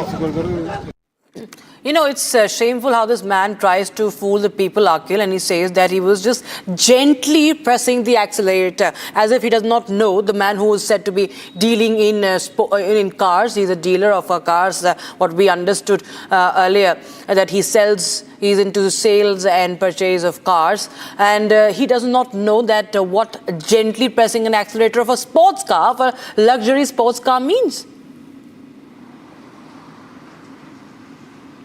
Well, absolutely, that's right. If you see, when I went to this very police station to meet the police officer and to get to see the actual condition of that car, so at that point in time, while I witnessed it, the structure of that car, if you see, the rear end mirror of that car has completely got dismantled from its actual position. This is what I would like to request to my team to show you the visual, the entire visual which we have recorded from that very spot. Second thing, if you see the rear wheel of that car, that has also got dismantled from the actual position. So it has got bit tilted. Apart from that, if you can see the right side of this very Lamborghini sports car, so at that point in time you will see that there's a huge impact, deep impact on the right side of the vehicle. So at that point it's very clear that the car was not at a very normal speed, or you can say that it's not at a very normal speed of 60 to 70. It's more than 100. This is what we are getting from our sources from the police. They are saying that the car driver was driving at a very high speed. But what was the actual speed? This has not been identified. So the car has been seized, which has been kept over here inside the very police station of sector 126 of Noida. So at this point in time, the person who was driving the vehicle has been identified as Deepak, who hails from Rajasthan's Ajmer, who basically deals in second-hand high-end car businesses. So that person has been arrested by the Gautam Budh Nagar police, and the car which he was driving at that point in time has been seized by the Gautam Budh Nagar police team, and an FIR has also been registered. On the second hand, if you see, on the second part, the victims, there were basically 4 victims who were basically at that point in time was on that pavement. 2 of them have got serious injuries. So both of them were taken to a nearby hospital, and both of them have got leg injuries. And if you see that their right legs have got fractured when that incident took place. And there were other laborers also at that point in time when that incident took place at the sector 94 roundabout. So those in that visuals, if you see, Rakshita, if you go and talk to those eyewitnesses, I spoke to the eyewitnesses over there, they are saying that the person was driving at a very high speed when that incident took place. Back to you in the studio. All right, viewers, you stay on with us. In fact, Akhil, we'll try and get more reactions. I think there's some reactions coming in. Just listen into that, viewers. आपका नाम क्या है? कैसे आपको लगी चोट? गाड़ी की स्पीड ज़्यादा थी, रफ्तार तेज थी? हम बैठे थे दोनों आदमी, बैठ कर खाने में बना घर में खा रहे थे, और उधर से आया जैसे लग रहा है कि पगला का जैसा गाड़ी आ रहा है। हम लोग को उड़ते उड़ते बस गाड़ी आ गया, नहीं भाग पाए, गिर गए। तो इसने चक्के में गाड़ी गिरा चढ़ा दिया, चढ़ गया चक्का। अब कैसे भागेगा? गाड़ी का चक्का पैर पे चढ़ गया? हाँ भाग नहीं पाए? भाग नहीं पाया, भाग नहीं पाया। तो गाड़ी की रफ्तार काफी तेज थी? हाँ। तो आप कौन सी कंपनी में काम करते हो? इसमें काम करते हैं। अच्छा, तो आप दोनों साथ में काम करते हो? हम लोग भी सब साथ में काम, परिवार के लोग भी साथ में काम करते हैं? हाँ बाबू। पैर के अलावा आपके चेहरे पे भी चोट लगी है? हाँ, गिर गए थे सुबह करके, पटकुनिया होकर के गिर गए, लगा है में चोट लगा है। तो आप बैठे हुए थे तो गाड़ी ने आगे टक्कर मारी? बैठे हुए थे हम लोग, दोनों बैठे थे, खाने बना करके खाएंगे तब उठ के जाएंगे। इतनी देर में गाड़ी बस आ गया सामने, गाड़ी भाग नहीं पाए, टक्कर मार दी? हाँ, भाग नहीं पाए, उठते उठते गाड़ी सट गया। आपका नाम क्या है? कैसे आपको लगी चोट? गाड़ी की स्पीड ज़्यादा थी, रफ्तार तेज थी? हम बैठे थे दोनों आदमी, तो बैठ कर खाने वाने बना घर में खा रहे थे, और उधर से आया जैसा लग रहा है कि पगला का जैसा गाड़ी आ रहा है। हम लोग को उड़ते उड़ते बस गाड़ी आ गया, नहीं भाग पाए, गिर गए। तो इसने चक्के में गाड़ी गिरा चढ़ा दिया, चढ़ गया चक्का। अब कैसे भागेगा? गाड़ी का चक्का पैर पे चढ़ गया? हाँ भाग नहीं पाए? भाग नहीं पाया, भाग नहीं पाया। तो गाड़ी की रफ्तार काफी तेज थी? हाँ। तो आप कौन सी कंपनी में काम करते हो? इसमें काम करते हैं। अच्छा, तो आप दोनों साथ में काम करते हो? हम लोग भी सब साथ में काम, परिवार के लोग भी साथ में काम करते हैं? हाँ बाबू। पैर के अलावा आपके चेहरे पे भी चोट लगी है? हाँ, गिर गए थे सुबह करके, पटकुनिया होकर के गिर गए, लगा है में चोट लगा है। तो आप बैठे हुए थे तो गाड़ी ने आगे टक्कर मारी? बैठे हुए थे हम लोग, दोनों बैठे थे, खाने बना करके खाएंगे तब उठ के जाएंगे। इतनी देर में गाड़ी बस आ गया सामने, गाड़ी भाग नहीं पाए, टक्कर मार दी? हाँ, भाग नहीं पाए, उठते उठते गाड़ी सट गया। The pedestrian he was injured. He's still in hospital, and he was telling about what really happened. He was eating, and Akhil continues to be with us. Akhil, we just heard from the eyewitness, and of course he's struggling to talk because of his medical condition. He's been grievously injured, but indeed, of course, it's a matter of investigation that whatever the situation this driver who was behind the wheels must be inebriated or not, it is definitely a case of reckless driving, and also the way he displayed insensitivity. Of course, are you learning about any charges that the police will be pressing against him, or anything that you have picked up from the investigation so far? Well, if you see at this point in time, an FIR has already been registered in connection with the case. But right now, the Gautam Budh Nagar police is saying that at this point in time, they are yet to confirm that whether that person was in an inebriated condition or not. This has not been confirmed by the Gautam Budh Nagar police team. But one thing is for sure, that that person was driving at a very high speed. But because if you see the impact on the car, because it's not a normal car which ranges from 5 lakh to 6 to 7 lakhs rupees. This is a very high-end sports car. So if you see the impact on that car, there is a deep impact on that car, because the right portion of that car has completely got dismantled. I have seen those visuals inside the very police station here. You can see right now we have been talking to the senior officials to allow us to cover and show the visuals, but they are not allowing it because it's pretty late. So, but here you can see the visuals outside where I am standing right now at Sector 126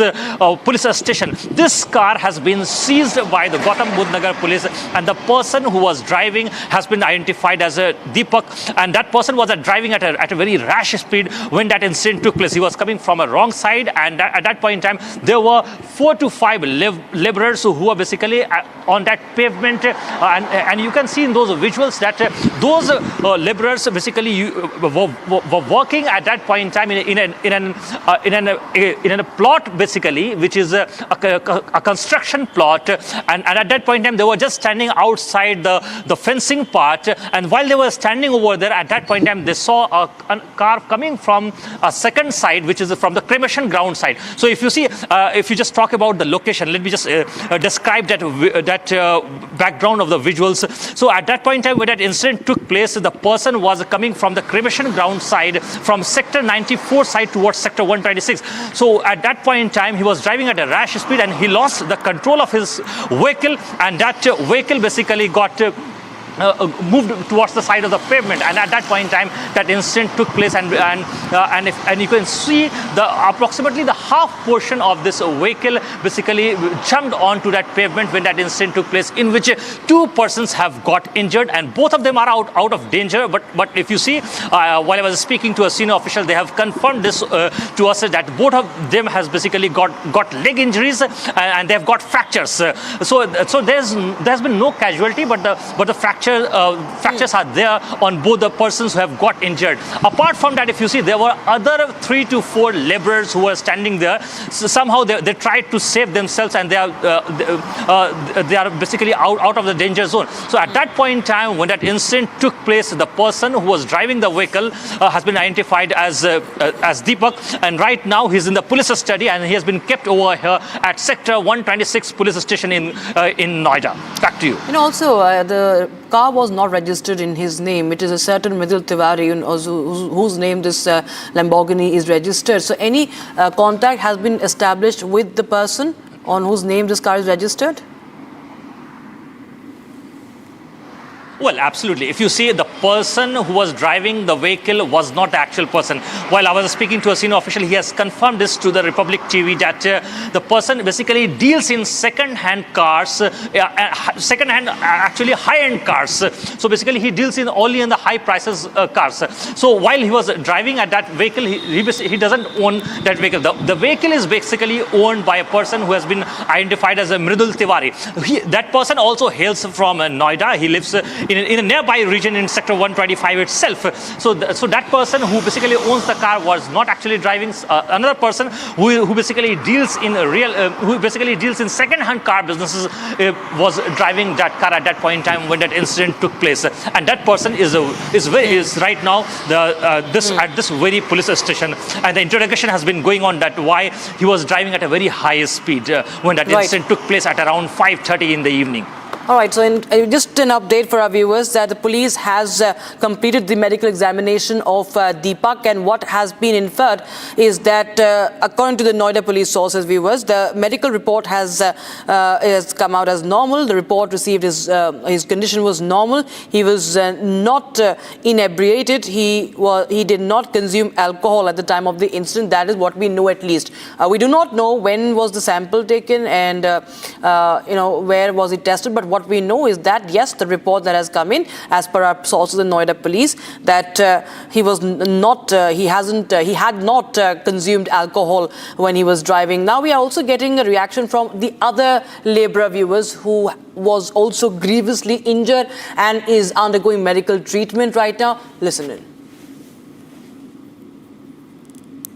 चोट तो sir बहुत है, पैर एक जांघ में टूटा हुआ है, एक बिलिया से नीचे टूटा हुआ है, पैर दोनों को टूटा हुआ है, दोनों के पैर में चोट है। चोट तो सर बहुत है, पैर एक जांघ में टूटा हुआ है, एक बिलिया से नीचे टूटा हुआ है, पैर दोनों को टूटा हुआ है, दोनों के पैर में वो काम करके साइड में बैठा था, वो गाड़ी वाला आए, गाड़ी वाला इसी को ये लोग बैठे थे जिधर, बस उधरे हड़बड़ेले गाड़ी घुसा दिया। अब वो लोग घुसाया, बस ये लोग को ऐसा धक्का मारा कि लोग लाली में फेंका गया, उड़िया के फेंकाया, लाली में एक गिर गया और एक मेरा पिताजी चक्का चढ़ गया, मैं जांग में जांग टूट गया। साइड में बैठे थे, नाली का धारे में जो हाँ नाली जो घेरता है ना, उसी के ऊपर ये लोग बैठा था। गाड़ी ऐसा जो घुसाया, गाड़ी एकदम पूरा अंदर तक ब्रेक मारा कि नहीं मारा, ये लोग को मार दिया। एक सेकंड, देखिए हमारे साथ लाइव जुड़े हैं आई विटनेस है। क्या देखा था, क्या हुआ था? कुछ नहीं, मैं 4 नंबर गेट कॉफी पी रहे थे, गाड़ी भगी गई थी ना, पीछे से देखा इसने, मतलब थोड़ा स्पीड ज़्यादा थी, वहाँ से निकल के इसकी गाड़ी इसने टच कर दी थी। पीछे शिफ्ट आई थी कोई, उनके मतलब कौन था, मैं वहाँ से निकल गया था। तो ये कितने बजे का इंसिडेंट था? कितनी स्पीड में थी गाड़ी? कुछ मतलब होगी 100-150 स्पीड के बीच में होगी, ज़्यादा नहीं होगी। अच्छा, इतना स्पीड में था? हाँ जी। तो आपकी गाड़ी, आप जगह ठीक थी, कोई दिक्कत नहीं थी। हाँ जी। तो क्या हुआ था वहाँ पे? जो लेबर थी, मजदूर थे, वो किस साइड पे बैठे? इस बंदे पे सब चढ़ रहे थे, वहाँ के गार्ड जो थे इसको गाली गलौज कर रहे थे, तो मैं दूर से देख के चला गया था, मेरा कोई वो नहीं था। गाड़ी में कोई और भी लोग थे? नहीं, अकेला था शायद, इस साइड में बैग रखे थे। तो आपने मौके पे थे, कोई बातचीत की हो या कुछ छोड़ाया? कुछ नहीं, मैं पीछे कोई शिफ्ट आई थी, वो उतरे थे सारे, गाड़ी का भगे थे, मैं निकल गया था, दूर से देखते हुए चला गया था। तो गाड़ी जिगजैग थी या काफ़ी स्पीड में थी? कुछ गाड़ी सीधी थी, मतलब मुझे नहीं पता उसका फ़ोन पे ध्यान था, किस पे था वो पता नहीं, पर गाड़ी एकदम लगी, फिर मैं सीधा निकल गया था कि मुझे क्या मतलब, किसी गाड़ी है। तो आपने देखा कितने लोग उसमें इंजर्ड हुए थे? कितने लोग वहाँ फुटपाथ पे बैठे थे जो मजदूर वर्कर्स? मतलब कहने वाली बात है, इंजर्ड हुए नहीं, पर 2 बंदे शायद लगी थी चोट उन्हें। कितने बजे का इंसिडेंट होगा? दोपहर का है, 4-5 बजे का। आपका नाम क्या है? कैसे आपको लगी चोट? गाड़ी की स्पीड ज़्यादा थी, रफ्तार तेज थी? हम बैठे थे दोनों आदमी, बैठ कर खाने वाने बना घर में खा रहे थे, और उधर से आया, जैसा लग रहा है कि पगला का जैसा गाड़ी आ रहा है। हम लोग को उड़ते उड़ते बस गाड़ी आ गया, नहीं भाग पाए, गिर गए। तो इसमें चक्के में गाड़ी गिरा, चढ़ा दिया, चढ़ गया चक्का। अब कैसे भागेगा? गाड़ी का चक्का पैर पे चढ़ गया? हाँ, भाग नहीं पाए? भाग नहीं पाया, भाग नहीं पाया। तो गाड़ी की रफ्तार काफ़ी तेज थी? हाँ। तो आप कौन सी कंपनी में काम करते हो? इसमें काम करते हैं। अच्छा, तो आप दोनों साथ में काम करते हो? हम लोग भी सब साथ में काम, परिवार के लोग भी साथ में काम करते हैं? हाँ बाबू। पैर के अलावा आपके चेहरे पे भी चोट लगी है? हाँ, गिर गए थे, ऐसे हो करके पटकुनिया होकर के गिर गए, लगा है, तो चोट लगा है। तो आप बैठे हुए थे तो गाड़ी ने आगे टक्कर मारी? बैठे हुए थे हम लोग, दोनों बैठे थे, खाने बना करके खाएंगे तब उठ के जाएंगे। इतनी देर में गाड़ी बस आ गया सामने, गाड़ी भाग नहीं पाए, टक्कर मार दी। हाँ, भाग नहीं पाए, उठते उठते गाड़ी से। All right, so there you have the eyewitness, the victim, of course, and we also spoke to eyewitnesses as well.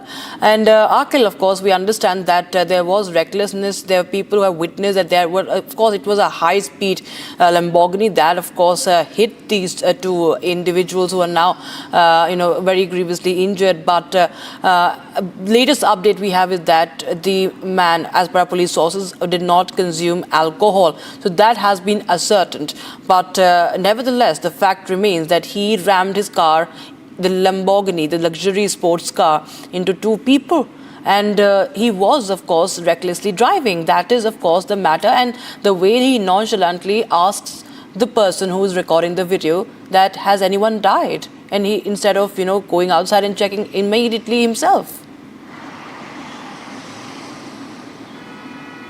Well, that's right. It's a matter of reckless driving. If you see, this is not the first incident. Earlier, if you talk about the Pune Porsche case, in that case also we have seen that at that point in time when that incident took place, the car was over speeding. And in this case, if you talk about, certainly the car was over speeding, because if you can see the visuals on that very Lamborghini sports car, Lamborghini Hurricane.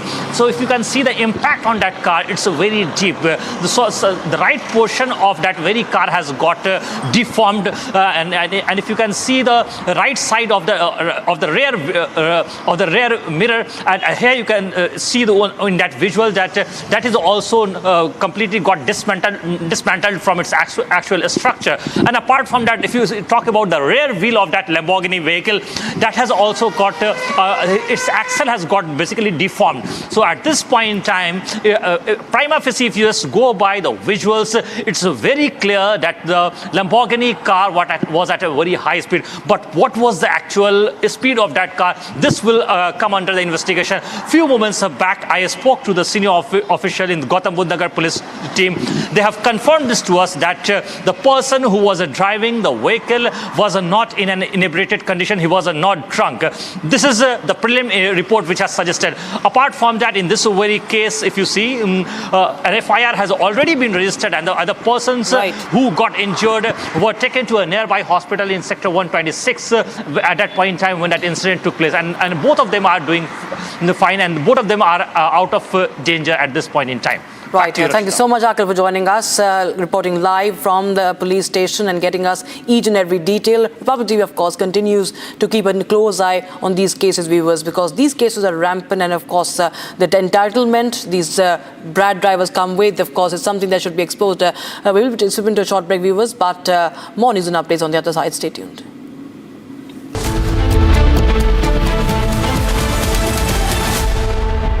इसको घर पे लगाओगे तो शादी का तो पता नहीं, पर घर पक्का नहीं टूटेगा। रुंगटा नहीं तो घर स्ट्रॉन्ग नहीं। रुंगटा स्टील TMT बार एकदम सॉलिड। पहाड़ों में एक हाइकिंग शिप भी बन सकती है। Mahi sir, how much do you love your fans? Honestly, I love my new fans. पुराने वाले बेकार में शोर करते थे। सर फैंस हैं, शोर तो करेंगे ही ना। नए वाले नहीं करते। And they listen to what I say. नए Orient fans. They are super silent with voice control. अच्छा वो वाले fans. I thought Cricket fans. यार तुम अपने पॉडकास्ट के चक्कर में मुझे मरवाओगे क्या? The new generation Orient BLDC fans. Super silent performance with voice control. Why are we concerned? I mean, in ideal scenario, we had all the time, okay, design a new gun, field a new gun, do trials, etc. and all that, take another 5-10 years. We don't have 5-10 years. Why? Let me be quite blunt and straightforward. In air power, you have huge gaps today. You needed a 42 squadron air force. You today have a 30 squadron air force. Quantitatively, you are well short. You are dangerously short of the total.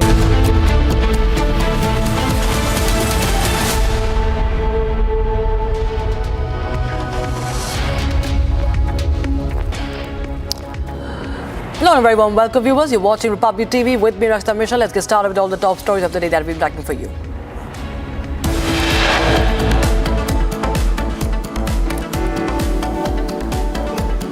Three days after mob violence in Nepalese capital of Kathmandu, the government detains the pro-monarchy protesters. Several RPP leaders under house arrest.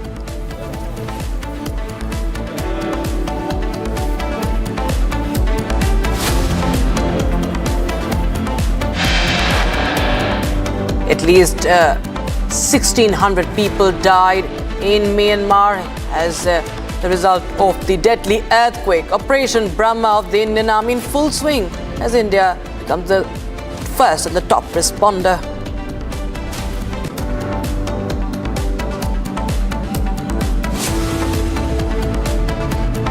US gives nod to building and designing nuclear reactors. 2 private Indian companies get American approval.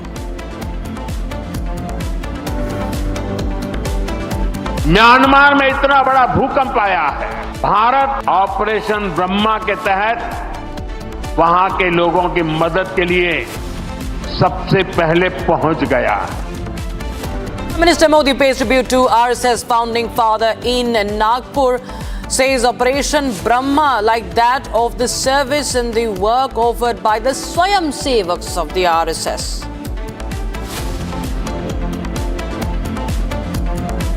Explosion at Bir Mosque in Maharashtra using gelatin sticks. 2 arrested in the case. Security beefed up.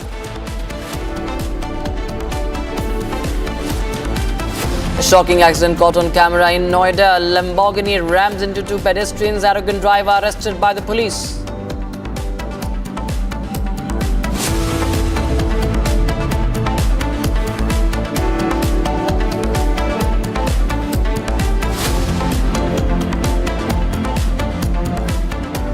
Bihar Chief Minister Nitish Kumar and Union Home Minister Amit Shah met at Nitish's residence on Sunday, discussing the strategy for the upcoming assembly polls due later this year, with NDA partners in the state displaying a show of unity ahead of the assembly elections. Now, Union Minister Chirag Paswan, who's the leader of LJP, Ram Vilas, said that the discussions focused on how to strengthen the coalition in the run-up to the elections. In fact, Chirag Paswan is expected to demand a respectable share in the assembly polls, citing its brilliant performance in the 2024 Lok Sabha elections, although Nitish Kumar has been the NDA's face in Bihar for nearly 2 decades now.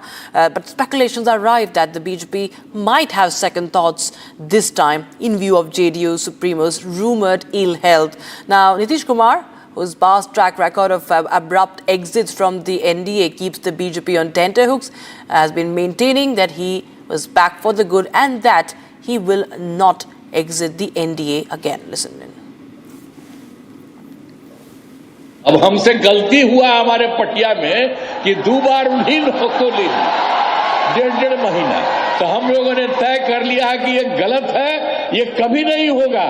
और शुरू से, और हमको मुख्यमंत्री कौन बताए?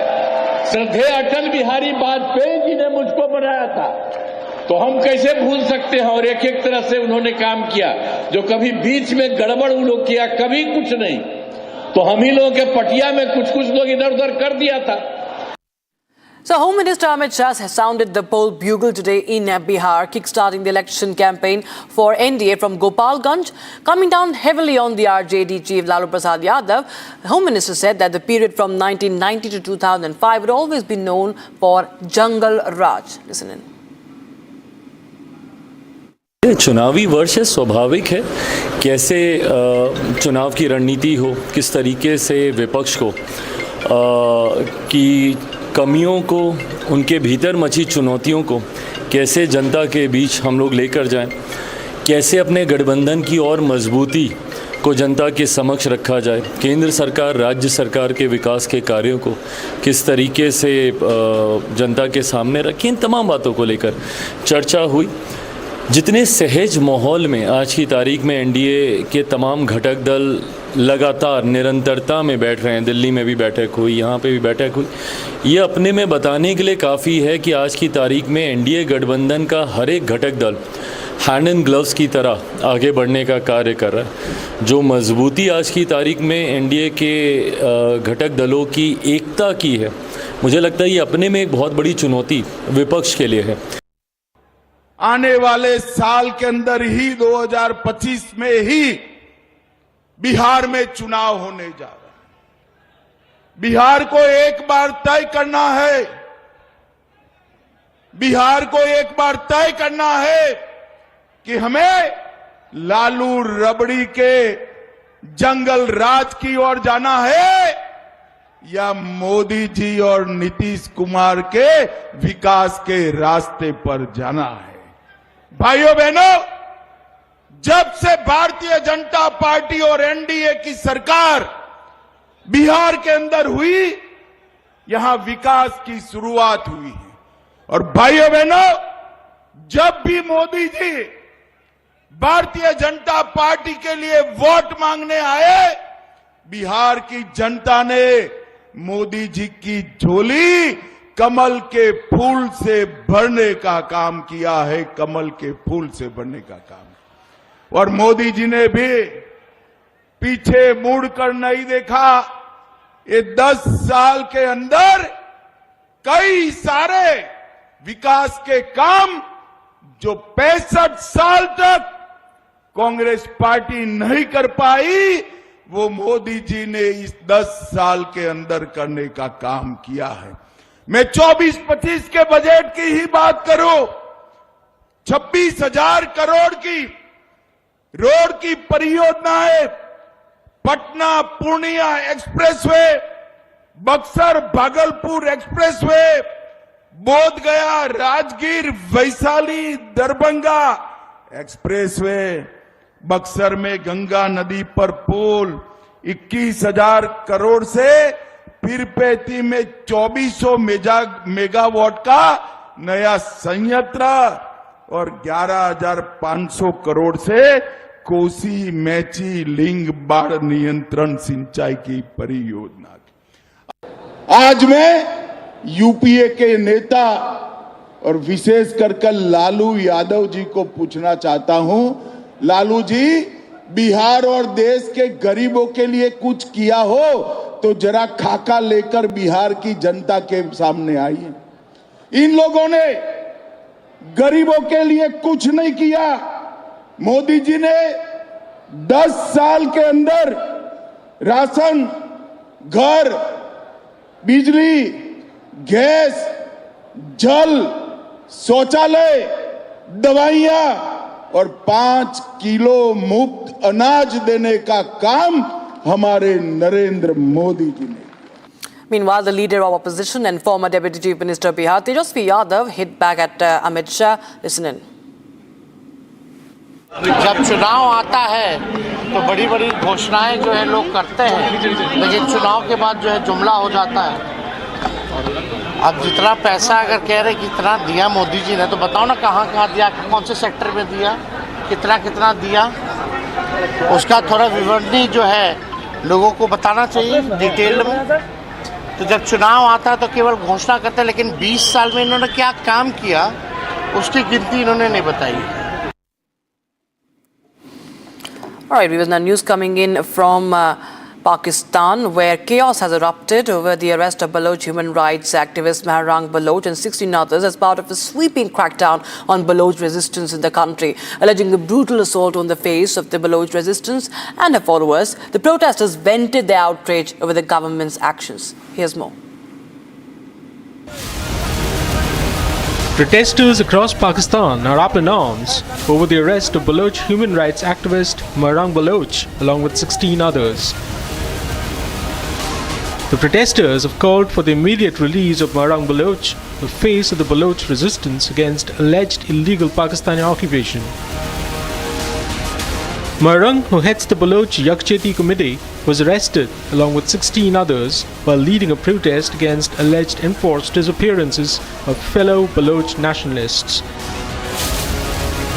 According to Baloch activists, the security forces resorted to tear gas shelling and bait and charge in a brutal crackdown on resistance and protests. The activists claim that the brutal state crackdown claimed dozens of lives.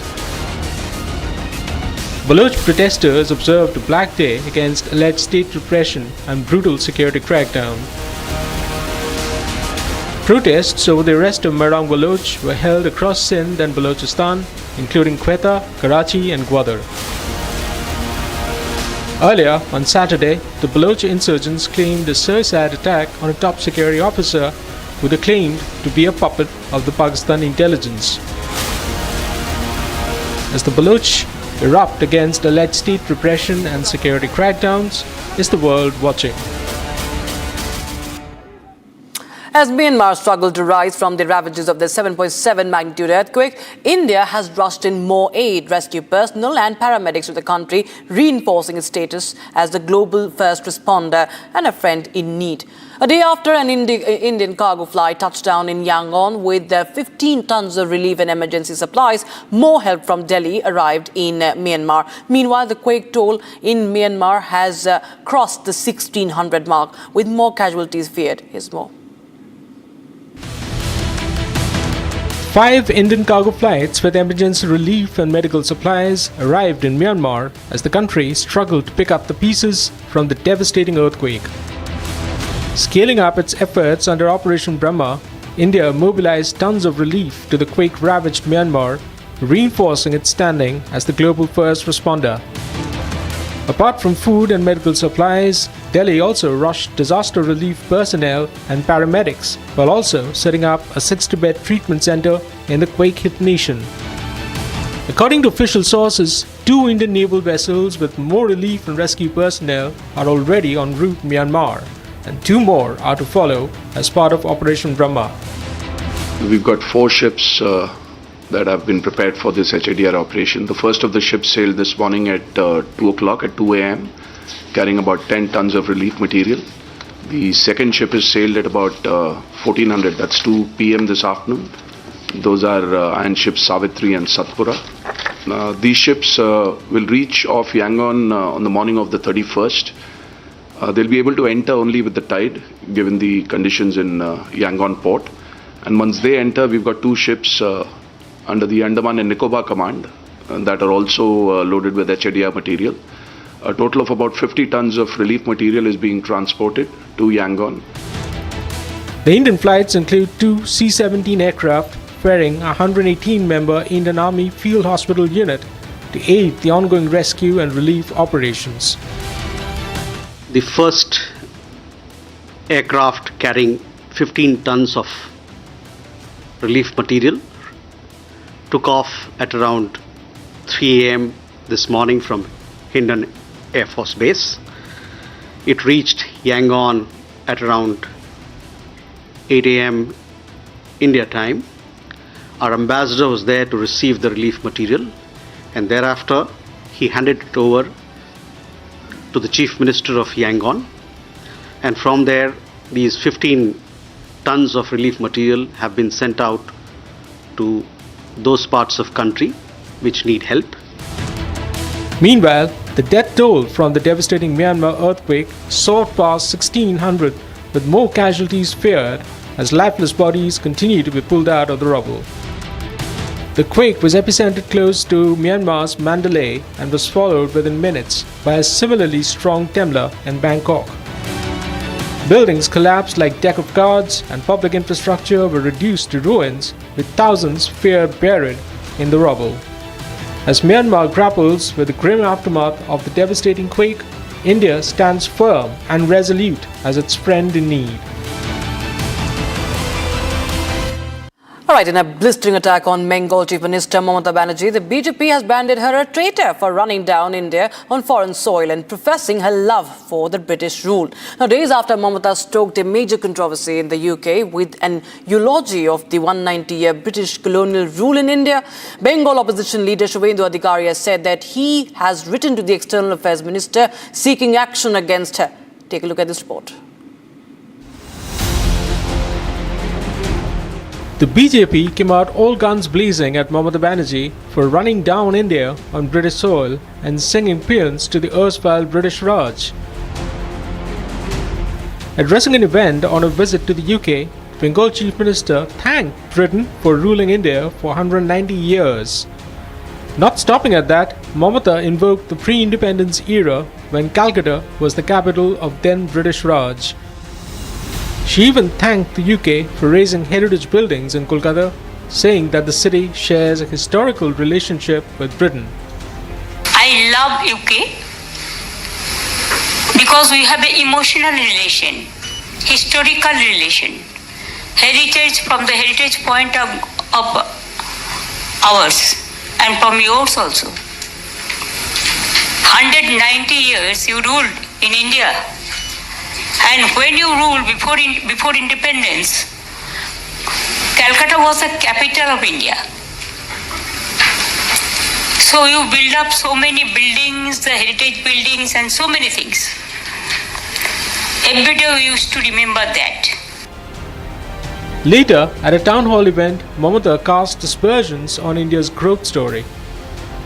To the mediator, reminding her how India surpassed Britain to be the 5th largest world economy and was on course to be the 3rd, Mamata came up with a derisive response. India has already overtaken the UK. We are now the 6th largest economy. India is the 5th largest economy. Soon it will be the 3rd largest economy in the world. By 2060, I predict it will be the number 1 economy in the world.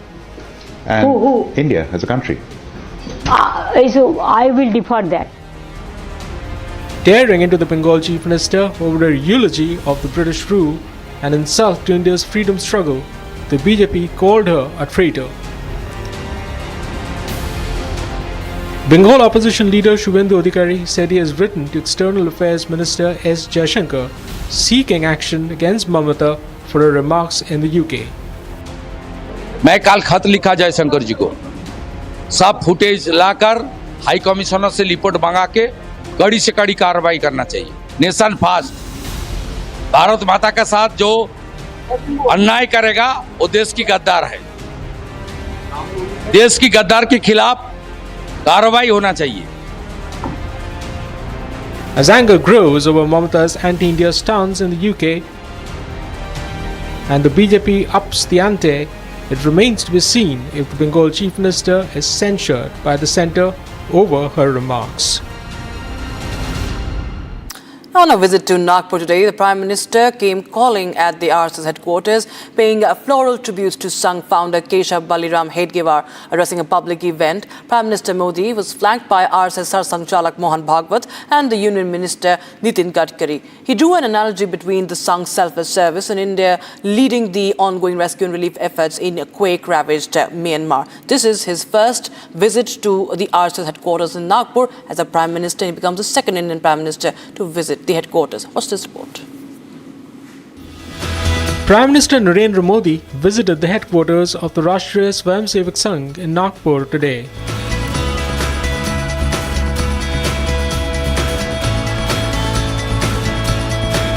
Visuals picked up Prime Minister Modi flanked by RSS Sarsangchalak Mohan Bhagwat paying floral tributes to Sangh founder Keshav Baliram Hedgewar at the Smriti Mandir. Maharashtra Chief Minister Devendra Fadnavis also accompanied Prime Minister Modi on his visit to the RSS headquarters. The PM's visit coincided with the birth anniversary of the RSS founder. PM Modi also paid homage to the father of the Constitution, Dr. B.R. Ambedkar, at Diksha Bhumi, which holds his ashes. Thereafter, speaking at a public event, Prime Minister Modi likened the Sangh's selfless service to India's ongoing efforts to mobilize aid to earthquake-ravaged Myanmar. दुनिया में कहीं भी प्राकृतिक आपदा हो, भारत पूरे मनोयोग से सेवा के लिए खड़ा होता है। अभी आपने कल ही देखा है, म्यांमार में इतना बड़ा भूकंप आया है। भारत ऑपरेशन ब्रह्मा के तहत वहां के लोगों की मदद के लिए सबसे पहले पहुंच गया है। तुर्की में भूकंप आया, जब नेपाल में भूकंप आया, जब मालदीव्स में पानी का संकट आया, भारत ने मदद करने में घड़ी भर की भी देर नहीं की। The PM also hailed the Sangh's services at the world's largest spiritual conference, the Mahakumbh, recently. अभी हमने प्रयाग में महाकुंभ में देखा, वहां नेत्र कुंभ में कैसे स्वयंसेवकों ने लाखों लोगों की मदद की। यानी जहां सेवा कार्य वहां स्वयं सेवक। He said the Swayamsevaks are inevitably the first responders whenever calamity strikes. कोई आपदा आ जाए, बाढ़ की तबाही हो या भूकंप की विभीषिका हो, स्वयंसेवक एक अनुशासित सिपाही की तरह तुरंत मौके पर पहुंचते हैं। कोई अपनी परेशानी नहीं देखता, अपनी पीड़ा नहीं देखता, बस सेवा भावना से हम काम में जुट जाते हैं। The PM's visit to the RSS headquarters is a clear message of convergence between the BJP and the Sangh going into the upcoming electoral battles.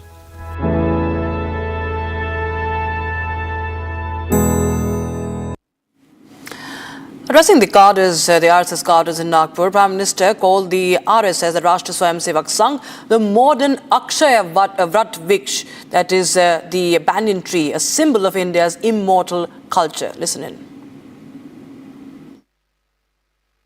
हम अपने देश का इतिहास देखें तो सैकड़ों वर्षों की गुलामी, इतने आक्रमण,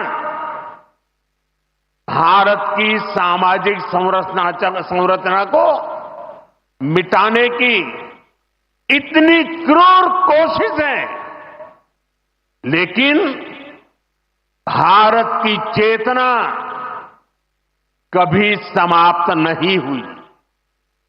उसकी लौ जलती रही। ये कैसे हुआ? क्योंकि कठिन से कठिन दौर में भी भारत में इस चेतना को जागरूक रखने वाले नए नए सामाजिक आंदोलन होते रहे। भक्ति आंदोलन उसका ये उदाहरण, जिससे हम सब भली भांति परिचित हैं। मध्यकाल के उस कठिन कालखंड में हमारे संतों ने भक्ति के विचारों से हमारी राष्ट्रीय चेतना को नई ऊर्जा दी। इन आंदोलनों ने भेदभाव के फंदों को तोड़कर समाज को एकता के सूत्र में जोड़ा। इसी तरह स्वामी विवेकानंद जैसे महान संत भी हुए। उन्होंने निराशा में डूब रहे समाज को झकझोरा, उसे उसके स्वरूप की याद दिलाई, उसमें आत्मविश्वास का संचार किया और हमारी राष्ट्रीय चेतना को बुझने नहीं दिया। गुलामी के आखिरी दशकों में डॉक्टर साहब और गुरुजी जैसे महान व्यक्तित्वों ने इसे नई ऊर्जा देने का काम किया। आज हम देखते हैं राष्ट्रीय चेतना के संरक्षण और संवर्धन के लिए जो विचार बीज 100 साल पहले बोला गया, वो महान वटवृक्ष के रूप में आज दुनिया के सामने है। सिद्धांत और आदर्श इस वटवृक्ष को ऊंचाई देते हैं। लाखों करोड़ों स्वयंसेवक इसकी टहनी, ये कोई साधारण वटवृक्ष नहीं, राष्ट्रीय स्वयंसेवक संघ भारत की अमर संस्कृति का आधुनिक अक्षय वट है। ये अक्षय वट आज भारतीय संस्कृति को, हमारे राष्ट्र की चेतना को निरंतर ऊर्जावान बना रहा है। साथियों, जब प्रयासों के दौरान में जब मैं नहीं हम का ध्यान होता है, जब राष्ट्र प्रथम की भावना सर्वोपरि होती है, जब नीतियों में, निर्णयों में देश के लोगों का हित ही सबसे बड़ा होता है, तो सर्वत्र उसका प्रभाव भी और प्रकाश भी नजर आता है। विकसित भारत के लिए सबसे जरूरी है कि हम उन बेड़ियों को तोड़े जिनमें देश उलझा हुआ था। आज हम देख रहे हैं भारत कैसे गुलामी की मानसिकता को छोड़कर आगे बढ़ रहा है। गुलामी की निशानियों को जिस हीन भावना में 70 वर्षों से डोया जा रहा था, उनकी जगह अब राष्ट्रीय गौरव के नए अध्याय लिखे जा रहे हैं। वो अंग्रेजी कानून जिन्हें भारत के लोगों को नीचा दिखाने के लिए बनाया गया था, देश ने उन्हें बदल दिया है। गुलामी की सोच से बनी दंड संहिता की जगह अब भारतीय न्याय संहिता लागू हुई है। हमारे लोकतंत्र के प्रांगण में अब राजपथ नहीं, कर्तव्य पथ है। हमारी नौसेना के ध्वज में भी गुलामी का चिन्ह छपा हुआ था, उसकी जगह अब नौसेना के ध्वज पर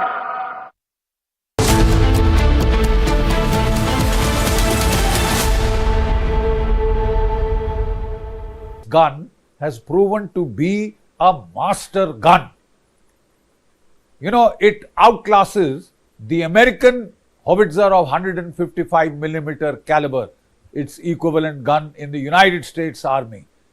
The American gun can fire up to 45 kilometers. The Indian ATAGS fires to 48 kilometers.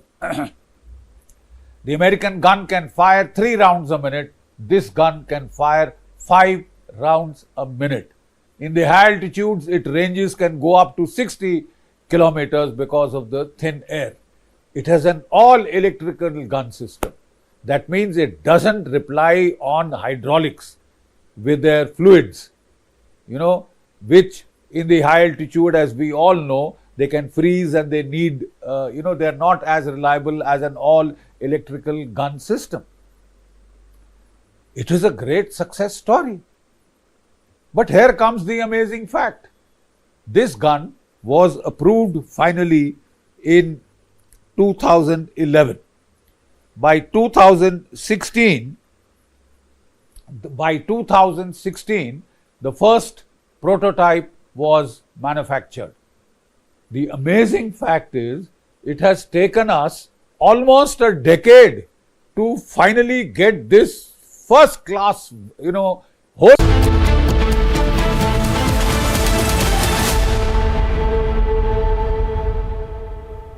Why are we concerned? I mean, in ideal scenario, we had all the time, okay, design a new gun, field a new gun, do trials, etc. and all that, take another 5-10 years. We don't have 5-10 years. Why? Let me be quite blunt and straightforward. In air power, you have huge gaps today.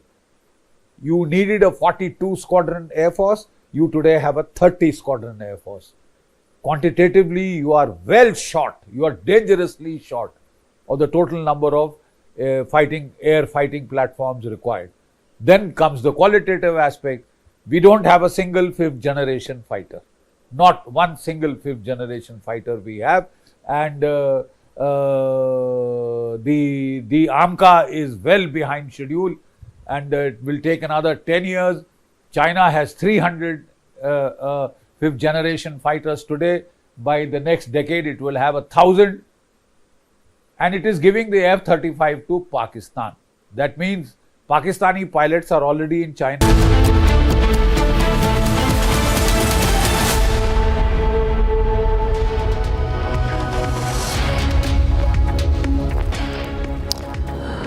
Hello and a very warm welcome, viewers. You're watching Republic TV with me, Rakshita Mishra. Let's get started with all the top stories of the day that we've been tracking for you.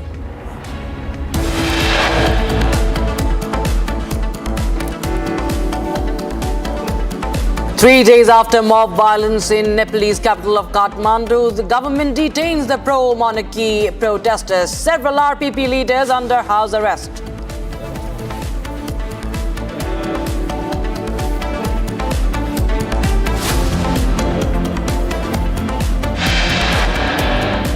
At least 1,600 people died in Myanmar as the result of the deadly earthquake. Operation Brahma of the Indian Army in full swing as India becomes the first and the top responder.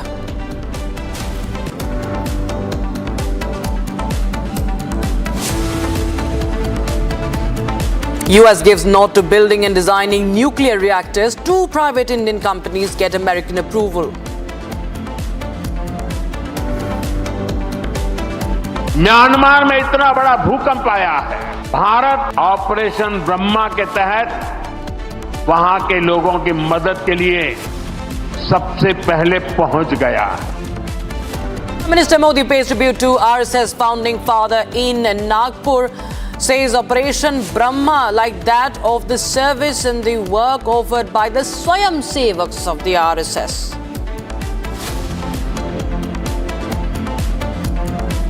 Explosion at Bir Mosque in Maharashtra using gelatin sticks. 2 arrested in the case. Security beefed up.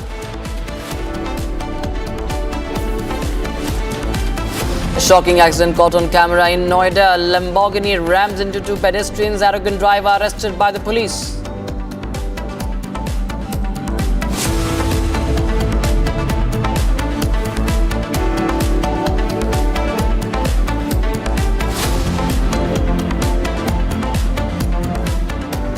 Bihar Chief Minister Nitish Kumar and Union Home Minister Amit Shah met at Nitish's residence on Sunday, discussing the strategy for the upcoming assembly polls due later this year, with NDA partners in the state displaying a show of unity ahead of the assembly elections. Now, Union Minister Chirag Paswan, who's the leader of LJP, Ram Vilas, said that the discussions focused on how to strengthen the coalition in the run-up to the elections. In fact, Chirag Paswan is expected to demand a respectable share in the assembly polls, citing its brilliant performance in the 2024 Lok Sabha elections, although Nitish Kumar has been the NDA's face in Bihar for nearly 2 decades now.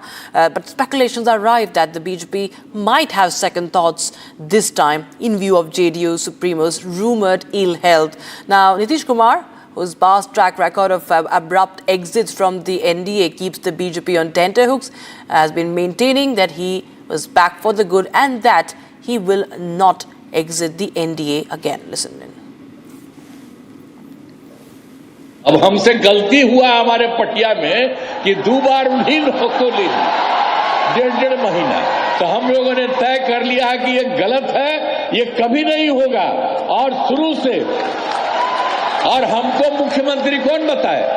श्रद्धेय अटल बिहारी वाजपेयी जी ने मुझको बनाया था, तो हम कैसे भूल सकते हैं? और एक एक तरह से उन्होंने काम किया, जो कभी बीच में गड़बड़ उन लोग किया, कभी कुछ नहीं। तो हम ही लोगों के पटिया में कुछ लोग इधर उधर कर दिया था। So, Home Minister Amit Shah has sounded the poll bugle today in Bihar, kickstarting the election campaign for NDA from Gopalganj, coming down heavily on the RJD chief Lalu Prasad Yadav. Home Minister said that the period from 1990 to 2005 would always be known for Jungle Raj. Listen in. चुनावी वर्ष है, स्वाभाविक है। कैसे चुनाव की रणनीति हो, किस तरीके से विपक्ष को की कमियों को, उनके भीतर मची चुनौतियों को कैसे जनता के बीच हम लोग लेकर जाएं, कैसे अपने गठबंधन की और मजबूती को जनता के समक्ष रखा जाए, केंद्र सरकार राज्य सरकार के विकास के कार्यों को किस तरीके से जनता के सामने रखें, इन तमाम बातों को लेकर चर्चा हुई। जितने सहज माहौल में आज की तारीख में एनडीए के तमाम घटक दल लगातार निरंतरता में बैठ रहे हैं, दिल्ली में भी बैठक हुई, यहाँ पे भी बैठक हुई, ये अपने में बताने के लिए काफ़ी है कि आज की तारीख में एनडीए गठबंधन का हर एक घटक दल हैंड एंड ग्लव्स की तरह आगे बढ़ने का कार्य कर रहा है। जो मजबूती आज की तारीख में एनडीए के घटक दलों की एकता की है, मुझे लगता है ये अपने में एक बहुत बड़ी चुनौती विपक्ष के लिए है। आने वाले साल के अंदर ही 2025 में ही बिहार में चुनाव होने जा रहा है। बिहार को एक बार तय करना है, बिहार को एक बार तय करना है कि हमें लालू रबड़ी के जंगल राज की ओर जाना है या मोदी जी और नीतीश कुमार के विकास के रास्ते पर जाना है। भाइयों बहनों, जब से भारतीय जनता पार्टी और एनडीए की सरकार बिहार के अंदर हुई, यहां विकास की शुरुआत हुई है। और भाइयों बहनों, जब भी मोदी जी भारतीय जनता पार्टी के लिए वोट मांगने आए, बिहार की जनता ने मोदी जी की झोली कमल के फूल से भरने का काम किया है, कमल के फूल से भरने का काम। और मोदी जी ने भी पीछे मुड़कर नहीं देखा। ये 10 साल के अंदर कई सारे विकास के काम जो 65 साल तक कांग्रेस पार्टी नहीं कर पाई, वो मोदी जी ने इस 10 साल के अंदर करने का काम किया है। मैं 24-25 के बजट की ही बात करूं, 26,000 करोड़ की रोड की परियोजनाएं, पटना पूर्णिया एक्सप्रेसवे, बक्सर भागलपुर एक्सप्रेसवे, बोध गया राजगीर वैशाली दरभंगा एक्सप्रेसवे, बक्सर में गंगा नदी पर पुल 21,000 करोड़ से पीरपेती में 2400 मेगावाट का नया संयंत्र और 11,500 करोड़ से कोसी मैची लिंग बाढ़ नियंत्रण सिंचाई की परियोजना। आज मैं यूपीए के नेता और विशेष कर लालू यादव जी को पूछना चाहता हूं, लालू जी, बिहार और देश के गरीबों के लिए कुछ किया हो तो जरा खाका लेकर बिहार की जनता के सामने आइए। इन लोगों ने गरीबों के लिए कुछ नहीं किया। मोदी जी ने 10 साल के अंदर राशन, घर, बिजली, गैस, जल, शौचालय, दवाइयां और 5 किलो मुफ्त अनाज देने का काम हमारे नरेंद्र मोदी जी ने।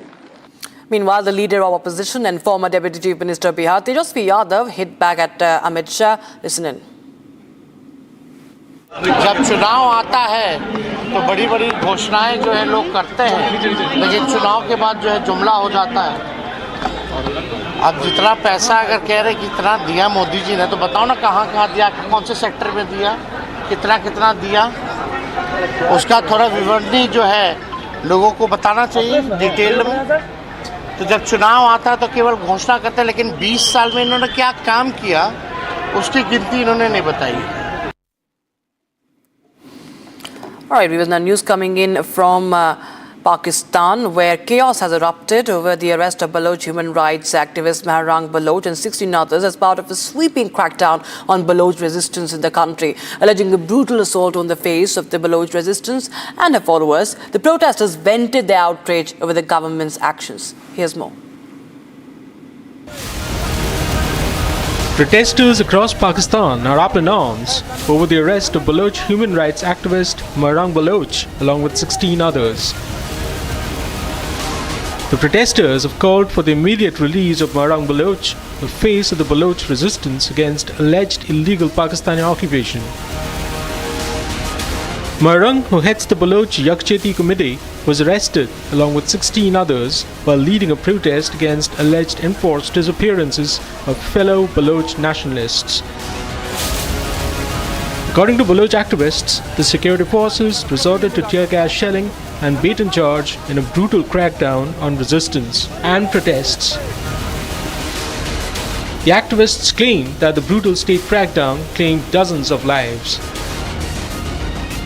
Baloch protesters observed a black day against alleged state repression and brutal security crackdown.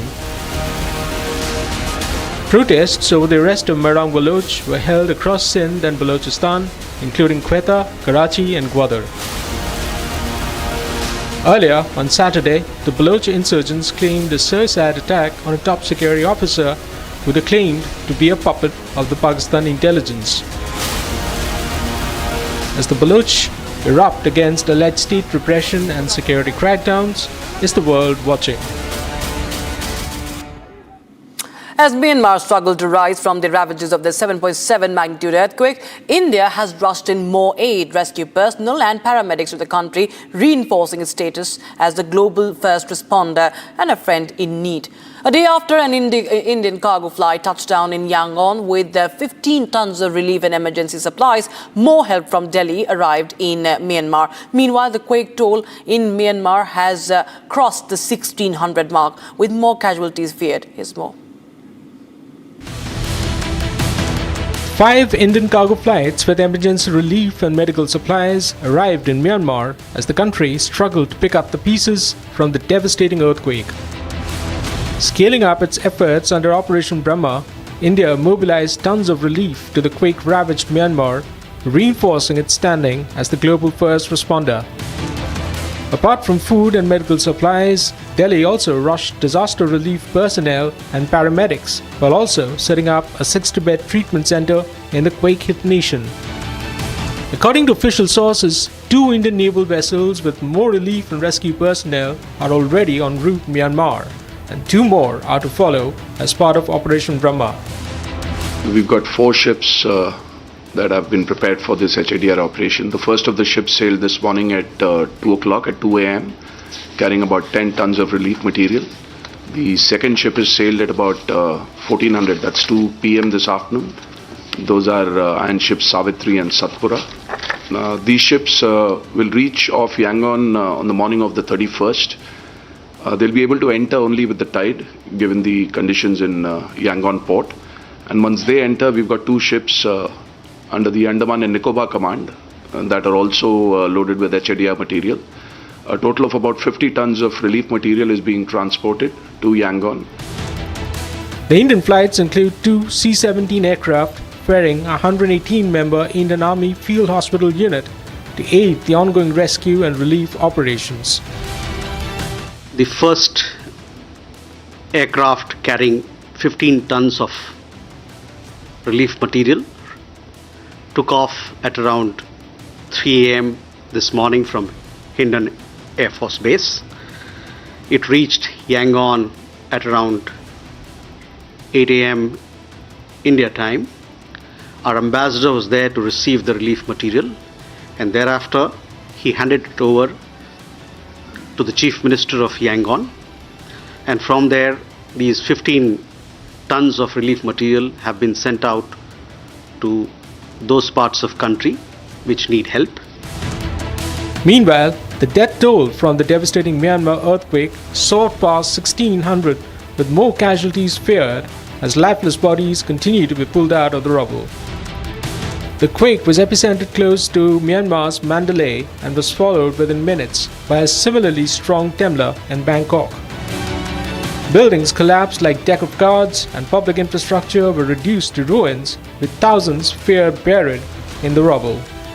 As Myanmar grapples with the grim aftermath of the devastating quake, India stands firm and resolute as its friend in need. All right, in a blistering attack on Bengal Chief Minister Mamata Banerjee, the BJP has branded her a traitor for running down India on foreign soil and professing her love for the British rule. Now, days after Mamata stoked a major controversy in the UK with an eulogy of the 190-year British colonial rule in India, Bengal opposition leader Shubhendu Adhikari has said that he has written to the External Affairs Minister seeking action against her. Take a look at this report. The BJP came out all guns blazing at Mamata Banerjee for running down India on British soil and singing paeans to the erstwhile British Raj. Addressing an event on a visit to the UK, Bengal Chief Minister thanked Britain for ruling India for 190 years. Not stopping at that, Mamata invoked the pre-independence era when Calcutta was the capital of then British Raj. She even thanked the UK for raising heritage buildings in Kolkata, saying that the city shares a historical relationship with Britain. I love UK because we have an emotional relation, historical relation, heritage from the heritage point of ours and from yours also. 190 years you ruled in India. And when you ruled before independence, Calcutta was the capital of India. So you build up so many buildings, the heritage buildings and so many things. Every day we used to remember that.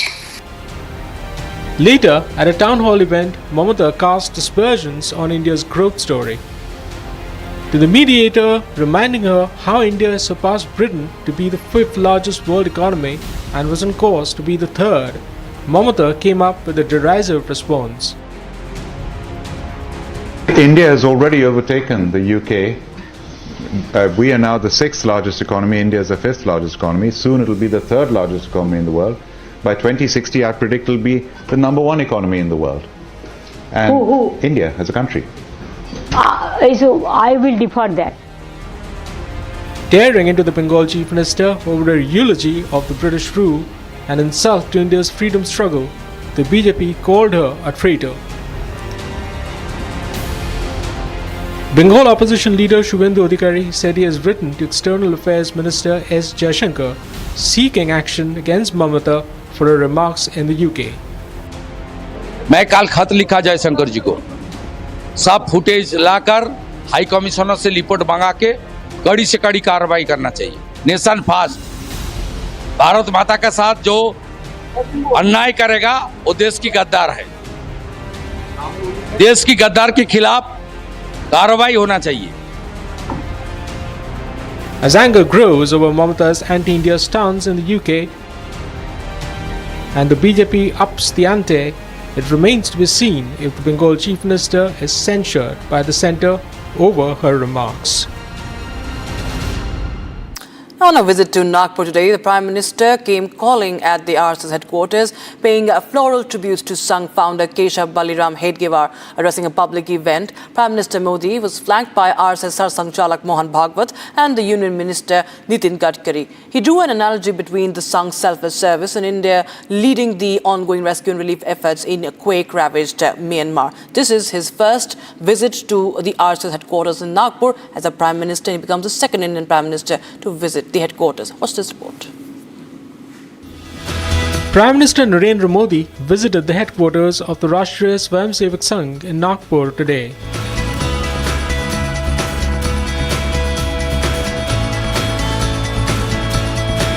Visuals picked up Prime Minister Modi flanked by RSS Sarsang Chalak Mohan Bhagwat paying floral tributes to Sangh founder Keshav Baliram Hedgewar at the Smriti Mandir. Maharashtra Chief Minister Devendra Fadnavis also accompanied Prime Minister Modi on his visit to the RSS headquarters. The PM's visit coincided with the birth anniversary of the RSS founder. PM Modi also paid homage to the father of the Constitution, Dr. B.R. Ambedkar, at Diksha Bhumi, which holds his ashes. Thereafter, speaking at a public event, Prime Minister Modi likened the Sangh's selfless service to India's ongoing efforts to mobilize aid to earthquake-ravaged Myanmar. दुनिया में कहीं भी प्राकृतिक आपदा हो, भारत पूरे मनोयोग से सेवा के लिए खड़ा होता है. अभी आपने कल ही देखा है, म्यांमार में इतना बड़ा भूकंप आया है. भारत ऑपरेशन ब्रह्मा के तहत वहां के लोगों की मदद के लिए सबसे पहले पहुंच गया है. तुर्की में भूकंप आया, जब नेपाल में भूकंप आया, जब मालदीव्स में पानी का संकट आया, भारत ने मदद करने में घड़ी भर की भी देर नहीं की. The PM also hailed the Sangh's services at the world's largest spiritual conference, the Mahakumbh, recently. अभी हमने प्रयाग में महाकुंभ में देखा, वहां नेत्र कुंभ में कैसे स्वयंसेवकों ने लाखों लोगों की मदद की. यानी जहां सेवा कार्य वहां स्वयंसेवक. He said the Swayamsevaks are inevitably the first responders whenever calamity strikes. कि कोई आपदा आ जाए, बाढ़ की तबाही हो या भूकंप की विभीषिका हो, स्वयंसेवक एक अनुशासित सिपाही की तरह तुरंत मौके पर पहुंचते हैं. कोई अपनी परेशानी नहीं देखता, अपनी पीड़ा नहीं देखता, बस सेवा भावना से हम काम में जुट जाते हैं. The PM's visit to the RSS headquarters is a clear message of convergence between the BJP and the Sangh going into the upcoming electoral battles.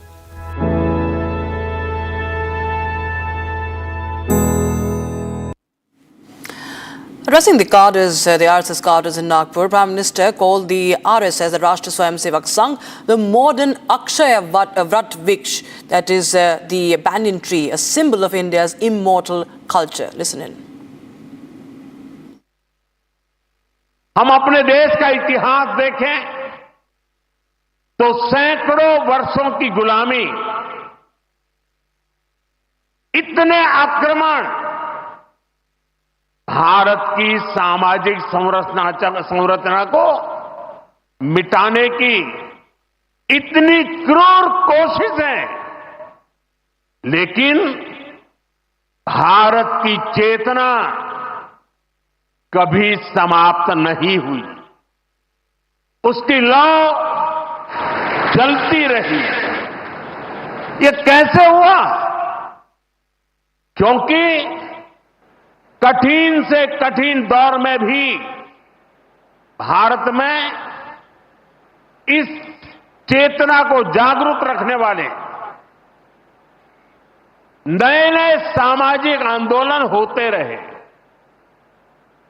भक्ति आंदोलन उसका ये उदाहरण जिससे हम सब भली भांति परिचित हैं। मध्यकाल के उस कठिन कालखंड में हमारे संतों ने भक्ति के विचारों से हमारी राष्ट्रीय चेतना को नई ऊर्जा दी। इन आंदोलनों ने भेदभाव के फंदों को तोड़कर समाज को एकता के सूत्र में जोड़ा। इसी तरह स्वामी विवेकानंद जैसे महान संत भी हुए। उन्होंने निराशा में डूब रहे समाज को झकझोरा, उसे उसके स्वरूप की याद दिलाई, उसमें आत्मविश्वास का संचार किया और हमारी राष्ट्रीय चेतना को बुझने नहीं दिया। गुलामी के आखिरी दशकों में डॉक्टर साहब और गुरुजी जैसे महान व्यक्तित्वों ने इसे नई ऊर्जा देने का काम किया। आज हम देखते हैं राष्ट्रीय चेतना के संरक्षण और संवर्धन के लिए जो विचार बीज 100 साल पहले बोला गया, वो महान वटवृक्ष के रूप में आज दुनिया के सामने है। सिद्धांत और आदर्श इस वटवृक्ष को ऊंचाई देते हैं। लाखों करोड़ों स्वयंसेवक इसकी टहनी, ये कोई साधारण वटवृक्ष नहीं। राष्ट्रीय स्वयंसेवक संघ भारत की अमर संस्कृति का आधुनिक अक्षय वट है। ये अक्षय वट आज भारतीय संस्कृति को, हमारे राष्ट्र की चेतना को निरंतर ऊर्जावान बना रहा है। साथियों, जब प्रयासों के दौरान में जब मैं नहीं हम का ध्यान होता है, जब राष्ट्र प्रथम की भावना सर्वोपरि होती है, जब नीतियों में, निर्णयों में देश के लोगों का हित ही सबसे बड़ा होता है, तो सर्वत्र उसका प्रभाव भी और प्रकाश भी नजर आता है।